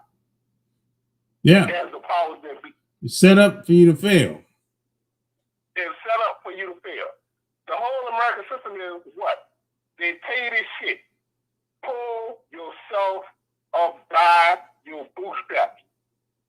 The same people telling you to pull yourself up by your bootstraps, they work in a group and as a team and got a system set in place to where they keep your ass down and they're prosper because they never really take a hit. It's like they got all kind of protections up and all kind of industries that protect them from going down. But they tell you, and they'll tell you to try to do all this shit by yourself that they got thousands of people working on to keep them up. But they'll tell you to try to do this individually. And they already know they're setting up for failure, but they always have some people that make it through. And they got game for them too. Yeah. When you make it through all the obstacles, you know what they do? They try to invite you into their game on their side. Yep. They try to turn you against the other people. Yep. And if they give you a chance now, and if you ain't willing to play ball, they're gonna take your ass down. Yep. Ask Michael Jackson. Prince. They had a campaign against Michael Jackson every fucking day of his life for like about 10, 20 years and shit. Yeah. Yeah. So it's like they'll let you, like, if you make it through, despite all the obstacles and landmines that they put against you and shit, and once you get up there, they're like, okay, well, you made it up here, so this is the deal. This is what you got to do to stay up here. If you don't play ball, we gonna get your ass. Yeah, eventually. Yeah, it's like I always say, man. When in the music business, especially, if I say watch what happens when he died, watch what happens with the publishing when he died. Everybody broke. Nobody. Man, look, see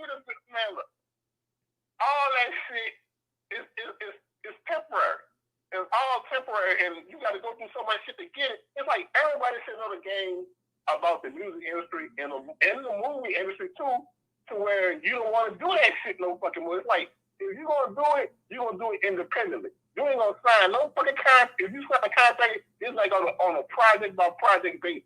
Yeah. Nobody should be a fool signing these long-term deals and all that shit no fucking more. No. So what they do is they go and get the uneducated person from the hood who don't know no better.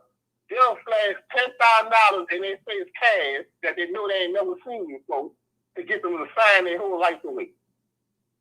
Yeah. And now with the deals they got now, they got to sign it off your internet rights, your name, anything you do for the next 30 years they own, that kind of shit. To where you can have a hit record out there and be damn near homeless and shit. But because you ain't reading the contract, or you don't know how to read the contract, or the lawyer that you think is on your side, but really working for them, tell you that it's okay to sign this shit, and you believe his ass, and you still want him to sign it, you still in a trick bag. So you're going to be all over TV with the cameras all in your face, driving a $120,000 car, living in $1 million house, and still be broke because the house ain't yours, the car ain't yours, and you owe the record company all this money and shit because of the way the contract is set up. So where you look like to the public who don't know no better, you look like you're doing good, but you miserable as a motherfucker because you really know the deal is. Yep. I say and that's not, and they did it to black and white artists. Yeah. So that was an equal opportunity shit they did to people. Yeah, I said what I said, look at what happened to Dr. Dre. He said he had a brain aneurysm. I said, uh-oh. Now hold on. Now this is what's crazy about this shit. You telling me this man, remember now, his wife is a lawyer. Yep. Okay? His wife is a lawyer. You telling me you fighting her, she want all your damn money. She don't want half, she want all of it. And you been fighting this shit. You come up with a prenup that you got that she signed and stuff back in the day.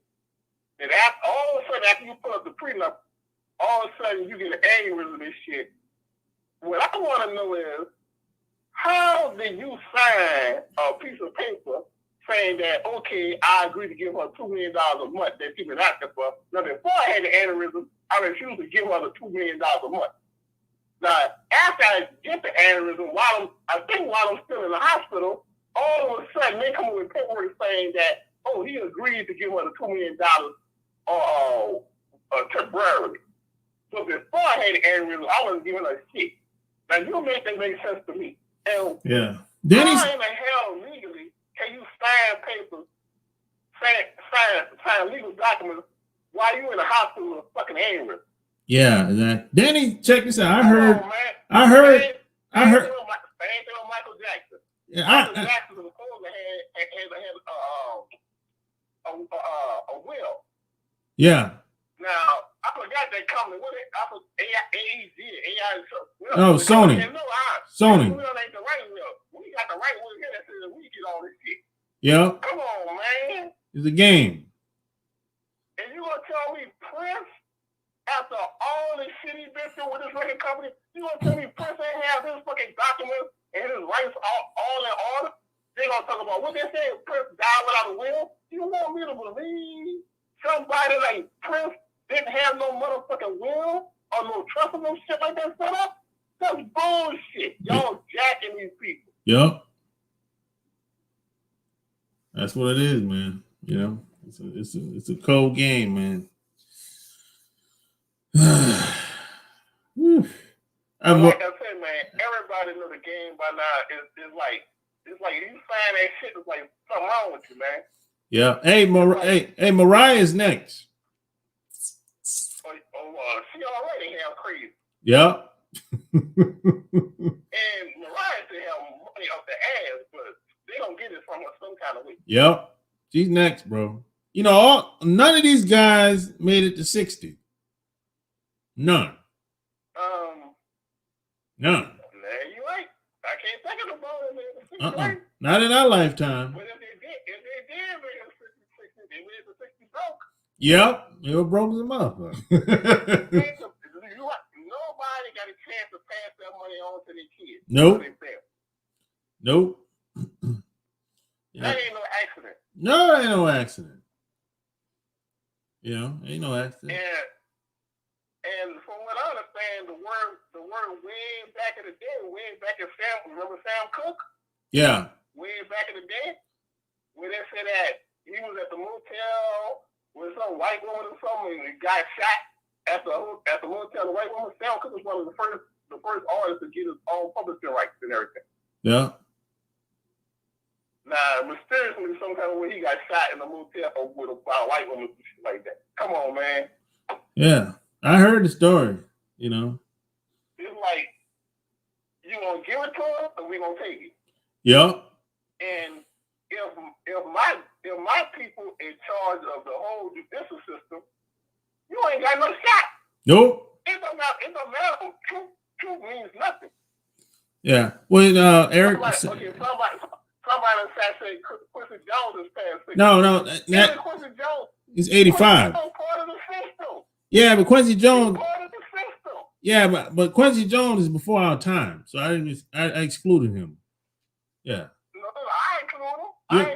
But he's part of the system, though. Yeah, he is. Have they heard the stories about Quincy Jones? Quincy Jones with a Tupac. He's a freak. About Quincy Jones, huh? He's a freak. He's a weirdo, bro. So that's part of the system. Yeah. I mean, if you play ball, they'll allow your ass to go like that. Yeah. Mm.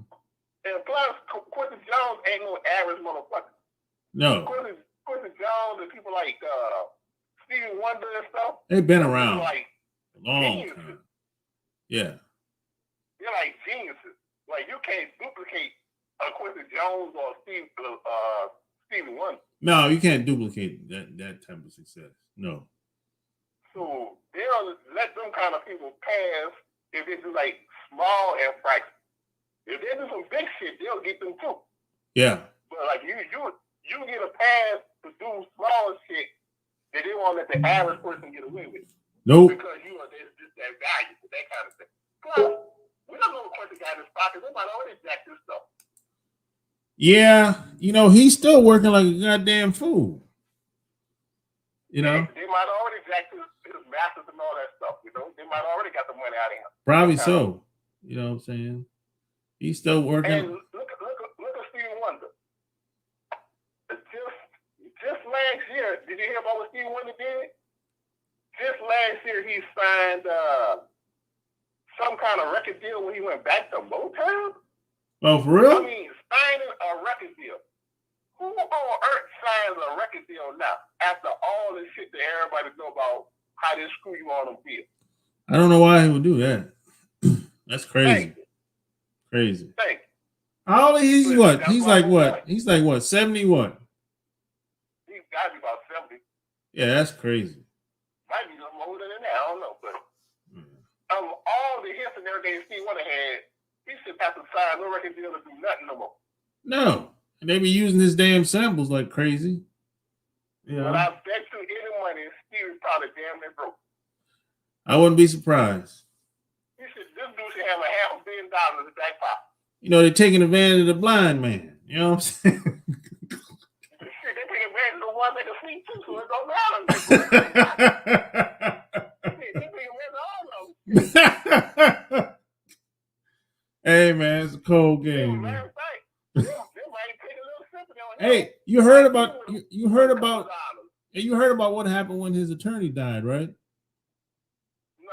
No. When his attorney died, his daughter, somehow they found out that $400,000 was being deposited to the attorney's account, and the wife, his wife was still living, right?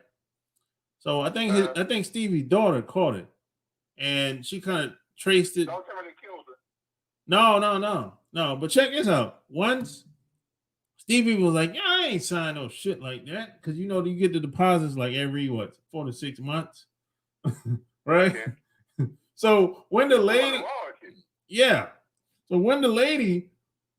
found out that Stevie caught on and that she wasn't getting the $400,000 no more, that lady flipped the hell out. So she knew about it. Man, it's just cooking all the way around, man. Yeah, you would think that she would say, "Oh, I'm sorry, I didn't know about it. Hey, let's work it out." No, she didn't say. She was like, "That's bullshit. No, hell no. I want that damn money." Now explain why she should get the money. That's what I want to hear. I want to hear her explain why she should get the money. She didn't even go into that. Didn't even go into that. She don't want to go into that. But this is another. All right, I'm gonna say this. I'm gonna let you go after this show. Now, this thing about when you get a divorce, the women get half whatever help. Yeah. Now, a lot of dudes, everybody I ever hear always blame the women for that shit. But women that made that law, no, that's men that made that law. Yep. Now think about it. What man or men in their right mind will make a law like that for when women get over on them like that? Must be a wealthy dude. Has to be what? A wealthy dude. There has to be people in power. Yeah. Think about it. Yep. If I give them the tools to help keep all the other men down, we who are in power don't ever have to worry about them rising up to our level. Exactly. They'll keep them in check for us. Yep. That's the whole game right there. Yep. It's the power, the powers that be that's giving them the tools and ammunition to keep your ass down. Yep. And you know, you mad at the women. The women gonna do what women want to do, but they can't do it unless they give them the power to do it. Yeah. So they ain't give themselves the power.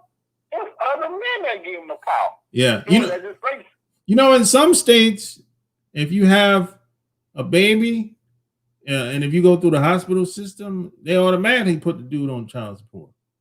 You know that? Well, I heard that like if you not the father, but you crazy enough to sign that goddamn birth. Yeah. If you sign that paper, DNA test and all that shit, it don't matter. Yeah. If you sign that shit, that's your age. Yeah, if you sign it in the hospital, right, and it goes through the county and city, wherever you live, and they'll send you a letter in the mail saying you're set up for child support, right?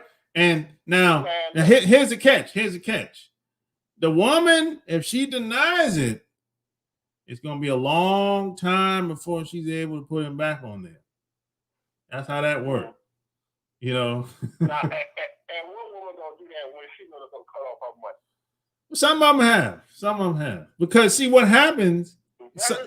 Some of the women a lot of guys be like, you know, they'll call a girl, "Hey, what's up with the damn child support, girl?" And the woman don't know what the hell going on. Because a lot of these. Hold up. You saying automatic? Yeah, automatic. Yeah. Oh shit! I didn't know that. Yeah, it's like that. In South Carolina, it's like that. There's another state that's like that too, man. Yeah, some of these states is starting to do that. Automatically going there. And the woman. Now think about it. All these years, decades of guys saying that's not my kid. All these decades of the court system and everybody in the judicial profession knowing that at least 50-60% of these guys are telling the truth. It ain't their kid, but it don't matter. You still on top of it. We gonna still make you pay for this kid that we know ain't yours. You would think that if they want to do right by you, or if they intended to do right by you, all they would do is set up a law to where everybody has to have a mandatory DNA test before they get put on top of it. Yeah, but they don't do that. Or if we catch this woman lying, she get mandatory jail time of a certain amount of time. That's what a just system would do. Yeah. But we know this system ain't got nothing to do with justice at all. Nope. No such thing as justice at all. Hey, you know the funny thing is? You know the funny thing? I hear white guys complain about child support now. And I just be looking at them. Going on about it. And I be looking at them like, I don't know what to tell you, bro. Man, look. Okay. The game was playing on white dudes too. Every white dude ain't rich. Every white dude ain't part of the power structure. Nope. He just think he's part of the power structure. Yep. Because the power structure gives him power over us. Yep. But he ain't got power over them. Nope. And they dog him out too. Yep. It's just that they make it, it's like this. Long time ago. They got, you ever heard this saying where they say that,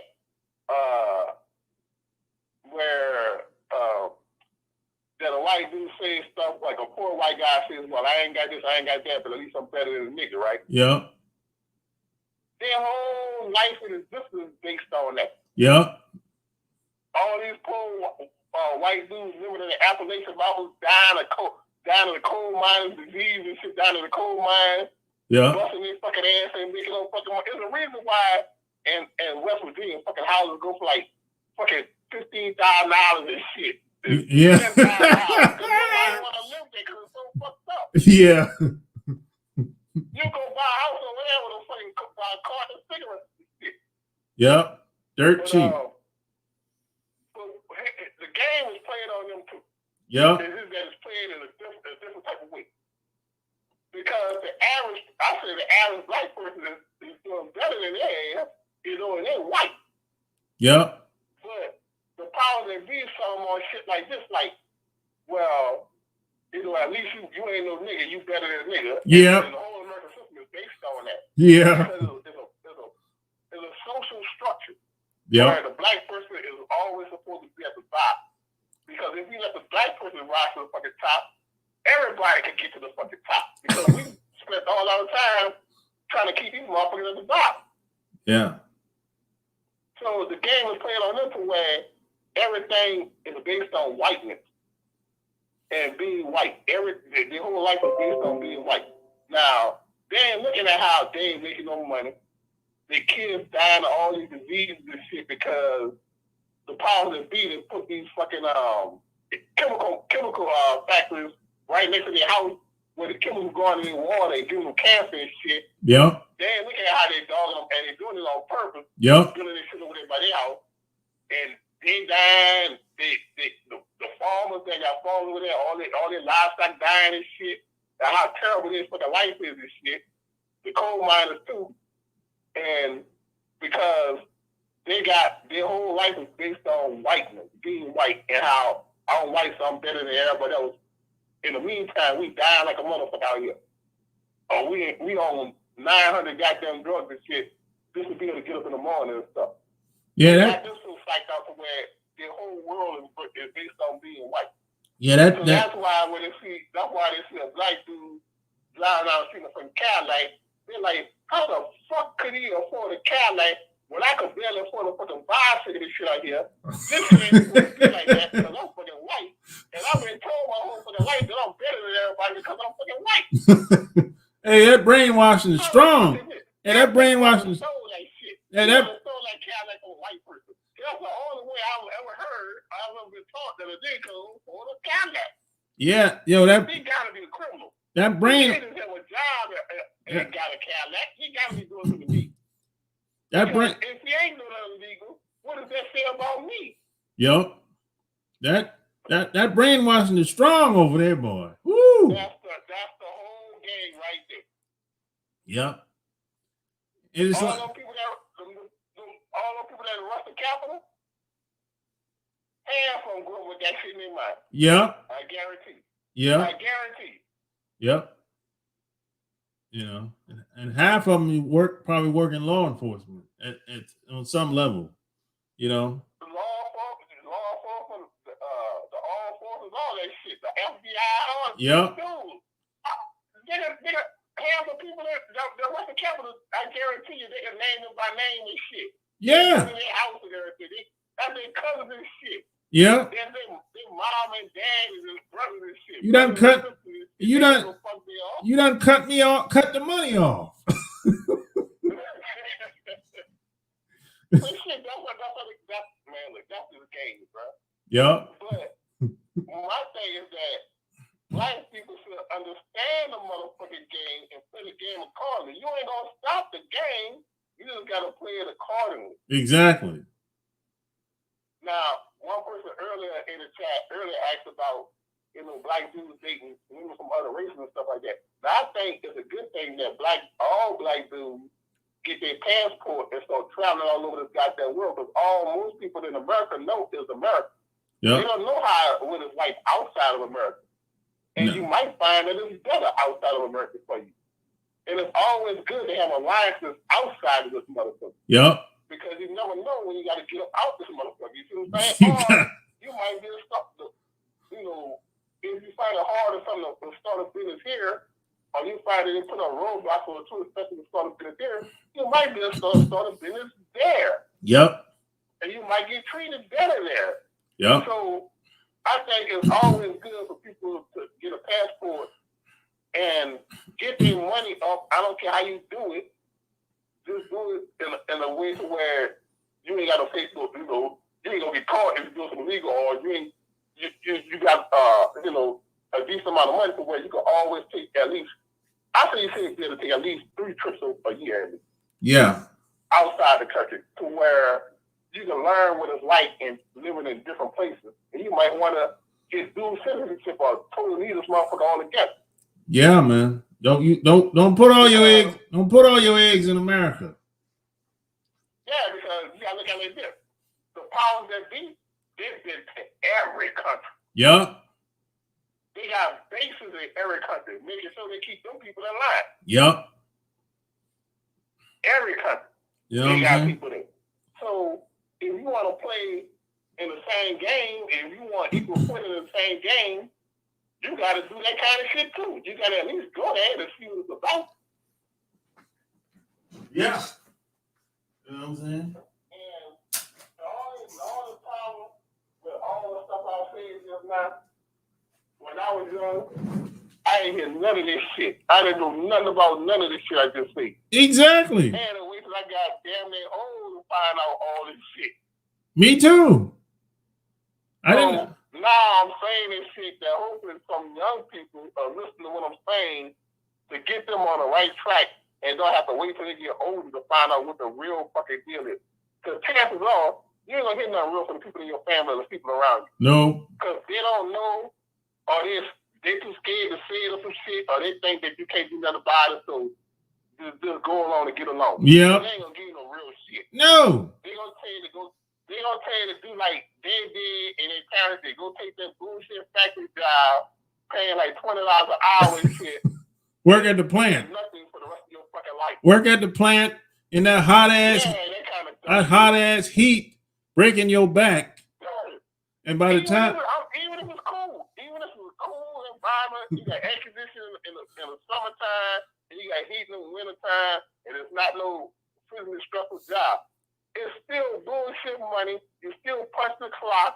You still got to answer to another motherfucker. And then whenever that motherfucker decides he don't like you no fucking more, you go. Yeah. Then what you gonna fucking do? Yeah. Ain't nobody teaching entrepreneurship, how to start your own business, or how to make your own fucking money to where you live on your own fucking terms and shit. Get up when the fuck you want to get up. Go to sleep when the fuck you want to go to sleep. And go on vacation when the fuck you want to go on vacation. Instead of this motherfucker telling you that you got 2 weeks or 3 weeks or fucking year to take a vacation. You got to only take a vacation when the fuck I tell you you can take a vacation. And then when you put in the days, they don't want you to go. Something always come up. Yeah. Well, this came up, you can't go. Well, if you go, you fired. They always put that burn on you fired. Every fucking thing you fired. Oh, yeah. Oh, you can't work overtime? Oh, you fired. Yeah. Everything is always you fired. Yeah. So you on a fucking string. You like a marionette on a goddamn string. Exactly. And they always try to hold this job that they're set up in a system that we know you need this shit because we put everything in place for you to have to need this shit. Exactly. So it's like we know what you got in the bank because we've been setting shit for years to make sure that you ain't got enough in the bank to be able to say no to me. Exactly. So that's when people say no to them, they be shocked. They say, hold on, we set up this roadblock, we only pay this motherfucker this amount of money to really pay him this, but we only pay him this, And we got the police out there stopping them every 5 minutes, giving them bullshit tickets to knock his money down even further. Because I think every black person in the country needs to fucking make at least double what the white people make, because you will get stopped by the police 3 or 4 goddamn more times than the fucking white folks. Yep. And they're going to put tickets on your fucking ass. They don't matter if you're doing something wrong. They're just going to put a ticket on your fucking ass to tax your ass. So that's a black tax. Yep. Yeah. So like when you say no, it's like this motherfucker must be crazy. This motherfucker, they call you. Well, hold on. Hell, they call you uppity nigga. You gotta be crazy, because I know you probably got about $400 in the bank, because we made sure the police stop your fucking ass every month and give you a ticket, a $200-$300 ticket. We made sure we sold this roadblock for you. We made sure that we told you that, oh, this costs $5, but when our people come in, it really costs $1, that kind of shit. Yeah. We made sure when you can't apply for the job, and we tell you, oh, well, this job want to pay $20 an hour, but when our people come in and pay $40 for him. Yeah, so even all kinds of crazy shit. Check this out. Even if you tell a white woman no, she looking at you like, what? No. No. Everything I've been taught was told how you fetishize behind everything you wake up dreaming about raping me and shit. How do you tell me no? No. Because that's what she been taught. Exactly. You know, it's crazy out here, man. When it's the opposite that's true, so how the hell you got all these light skinned black people running around here? Where they come from? Exactly. You know? So, it's all a game. And the sooner in life somebody tell you what the game is and how to defeat the game, the better off you'll be long term in life. The better off you know how no doubt a woman and know which woman is the right woman for you. Yep. To vet the right man and know which the right man for you. Because without somebody to teach you the game, you'll learn the game, but it's gonna be years and years. It's gonna be trials and tribulations. Yeah, learn the game. It's gonna be damn near late 30s, 40s before you figure out. All your early life gonna be spent fucking up. Yep. And the way the game is set up you to fuck up is to make sure that you to throw some kids on your fucking ass. Yep. So once we throw some, there's another thing too. It's best to try to be an entrepreneur early. Try to go out there and start a business when you're single and ain't got no kids. Yep. Once, because when you're single and ain't got no kids, you can afford to take these chances and shit. Yep. Like, okay, I got $10,000 for my name. I don't know if this shit gonna work, but let me try it. If you fail, it ain't that big of a deal, because it's only you got to take care of. Yeah. But if you got kids, or if you got a wife and kids, man, you ain't gonna want to be taking. They know the majority of people ain't gonna want to be taking a fucking chance, because like, if I don't make it, what's gonna happen to my kids? What's gonna happen to my wife? Exactly. And then your wife asking you for a fucking $5 Gucci bag and shit. You fuck her head up and shit. And she talking to a girlfriend on the phone. Yeah, that's a stingy motherfucker. He got the money. He ain't gonna give me the money for the bag though. You got all that shit to deal with. Yeah. Then it totally fucked up her mind. Yeah. Advertising this shit. She think you before they have the money that the white dude who invented invented the game got. Yeah. You know, so it's like she know you behind the 8-ball, but she don't give a fuck. She wants the bag that she sees a white girl on too with the bag. Yeah, she's competing against a white woman. I'm like, the no. White girl who dared a millionaire, she thinks she would have the same fucking bag that her millionaire ass got, and she in the project broke. Exactly. Make that make sense to me. And she wants you to get it for her. And if you don't get it for her, you a no good motherfucker. Yeah. That's how fucked up they got her head. So you around the 8-ball like a motherfucker and shit. I'm telling you, man. But you don't know you ready behind the 8-ball, and you don't even know it. Exactly. You like damn near 40 and shit. Yeah. You know something wrong, but you just can't put your face. Oh, yeah. You know, I was like that. I was like that too. I was like, yo, something's going on, but I don't really know what's going on. Yeah. You like, this is something bigger than just me. You know why? Because everywhere you go is the same shit. Yeah.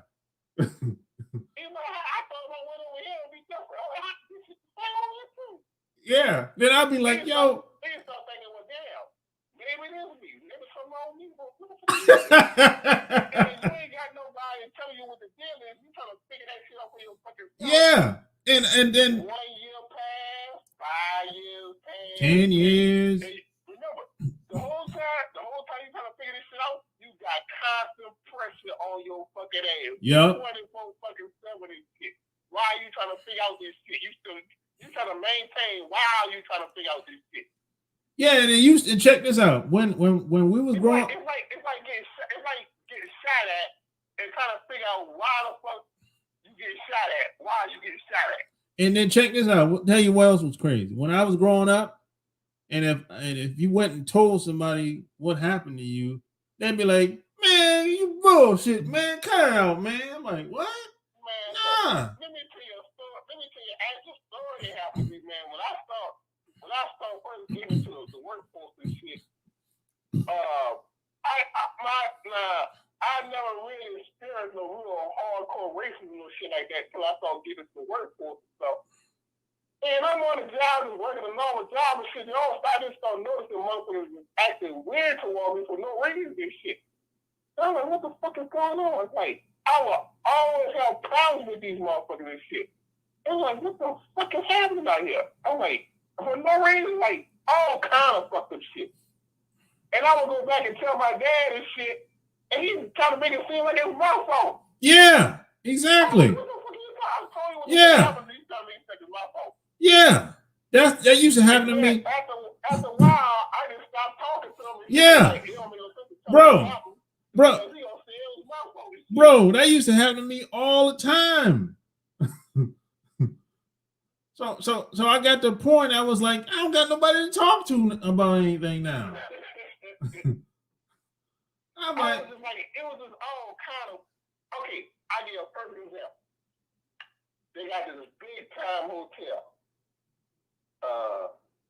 Like presidents, entertainers, all these motherfuckers go to that hotel and shit when they come in town. And I was in the hotel business. I used to be working hotels and stuff. So I already got a lot of hotels. So anyway, this hotel is like real famous. And it's real hard to get hired over there because they got like the best of the best people over there and shit. I had a lot of experience and shit. So like, and I had a track record of like, damn near back in the day, damn near every application I put in for a job, I always got a call back, I always had an interview. And 9 times out of 10, when I got an interview, I used to always get the job. And the reason why is because of my high school I went to. I went to a rich white boy high school, okay? So everybody that was in power down there didn't know that high school, or they went to the high school, or they wanted their kids to go to the high school. So they didn't know I was black. They probably thought I was white. Because a lot of times I would go put an application and they be looking at me like I'm crazy while I'm filling out the application and shit. But then they connect my name to my face after I fill out, because they always have like a lot of people fill out applications. So they look at me like I'm crazy when I'm there. But then they forgot who I was, so they go through the application and shit, and they see my high school. So when they see the high school, they automatically think, oh, this one of us. I would get calls before he would get back home. Damn. Answer machine. This back in there, answer machine and shit. Damn. They're like, oh yeah, can you come in for an interview? You know, because they're not connecting the school with my face, because very few black people went to this fucking school. Yeah. So they're thinking it's one of them. So I used to always get called back real quick. So I'd come back, you know, whenever they say come back in a suit, because back then we used to always go to interviews in a suit and shit. So I remember I had times, I had times where I would go in for interviews, and yeah, it was me and a bunch of white dudes. I'm the only black person there and shit. It was a bunch of white dudes and shit. Yeah. So they calling everybody in before they called me and shit in for the interview and shit. So I know one time, the dude had called everybody in for an interview. I'm the last person. Now I got them for other people, but they just call other people in before me. So I'm the last person waiting for an interview, right? So this dude, he just couldn't believe that I went to the fucking school. He come up there and the fucking wait for him, and he see I'm the only person.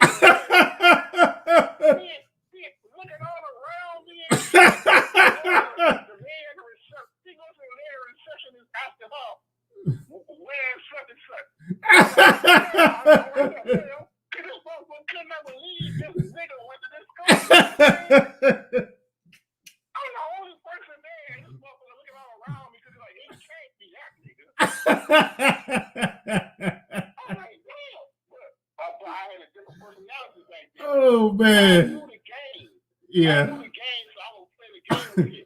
I would put on a smile and shit. I would talk like them and everything, laugh at all these jokes and all that kind of shit. So there would be now back in the day, they had a law that passed down there where it said that it was so racist and shit. They had a law to where every major corporation had to have at least one black person on their staff, right? At a quarter. So check it out.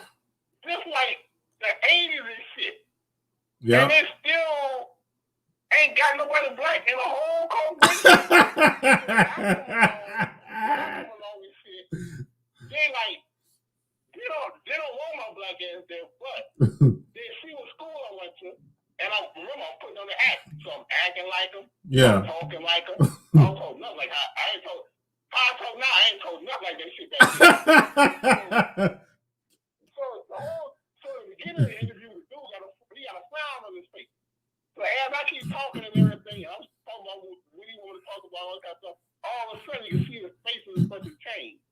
So they be like, I can see him thinking, well, if we don't hire nobody black, we gonna get sued or some shit. Yeah. So we don't want no niggas on our team. But if we gotta hire a nigga, it might as well be this nigga. And at least he do talk like us. So if we gotta stomach a nigga on our team, we might as well hire this nigga. Welcome to the team, nigga. You hired. That's how you get. This ain't that long ago. This was back in the 80s and shit. Yeah. So that's how I got a lot of my jobs to see. I knew it. I knew how to. So I come on. This how I know that they had nobody black down there. Now, in the hotels, niggas, they was notorious for only hiring black people as housekeepers and shit. Yeah. Because in their mind, only black people are good, are supposed to do housekeeping. Yeah. If you was a white woman, and back in my town, if you was a white woman, you applied for a housekeeping job, they would not hire your fucking ass as a housekeeper. They would try to make you front desk or some shit like that because they wanted to keep the whole housekeeping staff black. I guess the optics was good. Their mind was slavery or some shit. I don't know. If they hire a white woman to be a housekeeper, she'll be a supervisor or manager or something. She'll be the supervisor. Yeah. She'll be the supervisor, exactly. Yeah. Exactly. On the rare occasion that they did hire you as supervisor, and housekeeper, you would be supervisor. Now you ain't got to have no experience now. Nope. You would be a black man that been working there for 30 years, know everything. Yeah. You would not get that spot. Nope. If you came in and you had no experience, what they would do is they would have you train her. Yep. She your supervisor, but they would have you train her, and then after she learned what the fuck she doing, she your supervisor. Now you gotta listen to her. Yep. You know more than her. That's the normal shit how these do out in my town. And you know what? That's still going on to this day. I believe it because ain't nobody calling them on it. Yeah. I don't see no reason why. Why would they change if nobody call them on it? Exactly. That's normal. So let me get back to what I was talking about with the hotel job. The rich hotel with all the dignitaries and everything everybody staying. So anyway, they had this job, this auditing job that came available. All right. So I know accounting and shit. So I'm like, and I had many accounting jobs and everything. So I'm like, okay, here's the thing. Here's the backstory. I had a friend of mine used to work there in room service. Now, you think room service is a bullshit job, but not at this hotel because these motherfuckers made bank. Because they taught the rooms were like $1,000 a night. You know, $10,000 a night, that kind of shit in this hotel. Oh yeah. So they had the money to pay motherfucking crazy. So he had been there for a number of years working in he was working in banquet staff. Banquet make more money than room service by the week in hotel. Anyway, the job became available. So I was telling him about the job, right? He said, "Man, you ain't gonna get that job." I said, "What you mean you don't get the job?" I said, "Dude, you don't know my track." I was cocky back then. I said, "Dude, you don't know my track record, boy." I said, "Damn, every job I apply for, I get, boy. I know them doing. I know the film interview." He said, "Dude, you don't get that job." I said, "What do you mean I don't get the job?" He said, "Dude, they don't have nobody black to work over on the front desk." I said, "What the fuck you talking about?" He said, "Man, look." He said, "I think he had been there like 10 years." He said, "I've been there like 10 years. I have never seen nobody black. Nobody black on the front desk." He said, "You ain't getting that job." I said, "Bet." I said, "I guarantee you I get the job." I was real cocky back there, right? So I put the application in. I got a call back to interview. I said, "That's your ass, boy." I said, "Whenever I get a call back, I get the job. That's your ass. I'm about to get it." I want to be the first black person at the front desk. So anyway, I go in for an interview. Now check this out. The head of the human resources is a black woman. Uh-oh. Soon as I see it, no, hold up. Not what you're thinking. Soon as I see her, I said, that's it. I'm in. I'm about to get it. I'm in. Dude, check it out. I had an interview with the lady. Everything went perfect. She hired me. You got to, check it out. You got the job. I was supposed to start like in 2-3 days, some shit like that. So I leave there. I said, okay, wait till I tell my boy. I told him I was going to be the first person on the front desk. I get home. Soon as I get home, I got a message on my ass machine, right? I listen to the message on the ass machine. The lady that just hired me telling me that, can you come back for a second interview?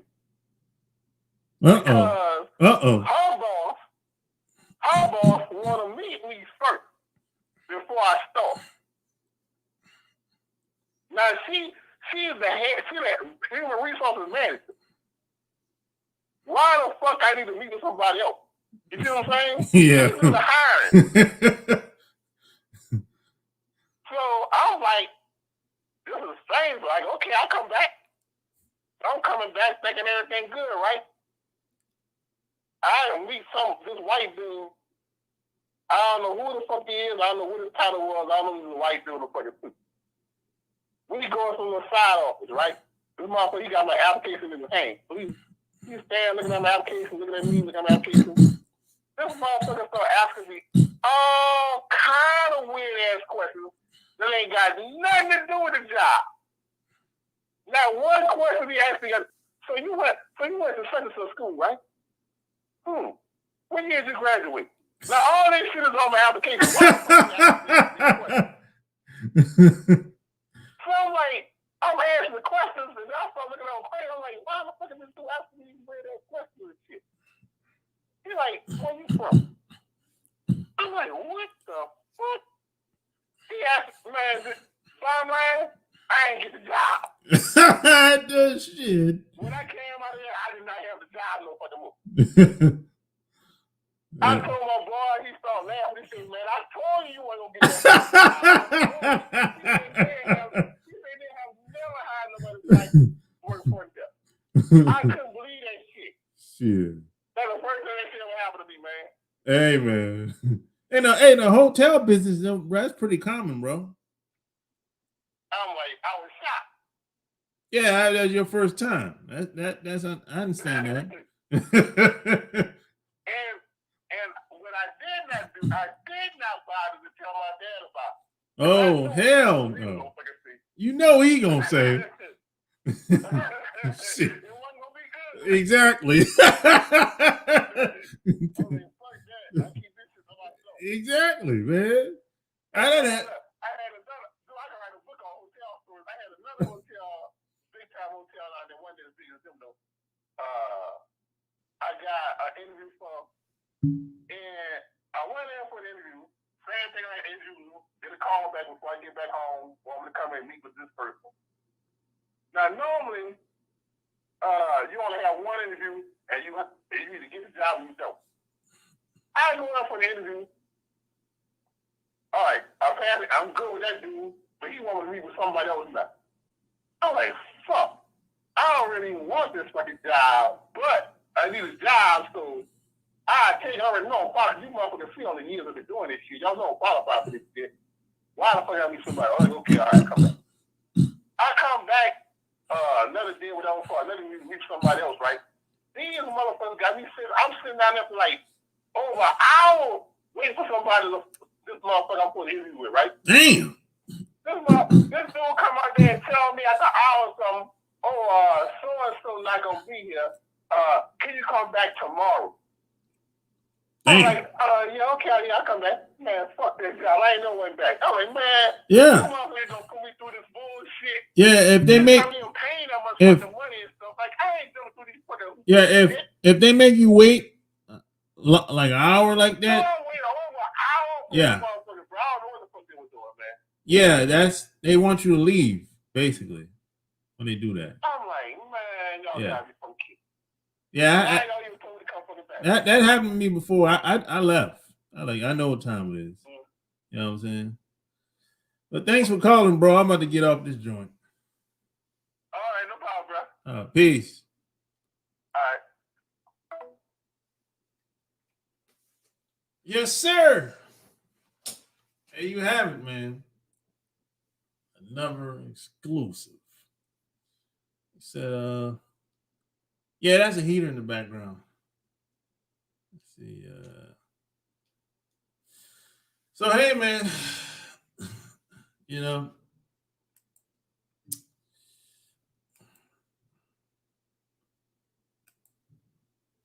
hit the Cash App, $ SharpGameAtl, and check out the podcast on iTunes. Love Can't Wait. And any questions? Go to my website, chooseyourrelationships.com, and click on the contact tab. Leave me any questions over there. You know what I mean? Till next time, I'm out. Peace.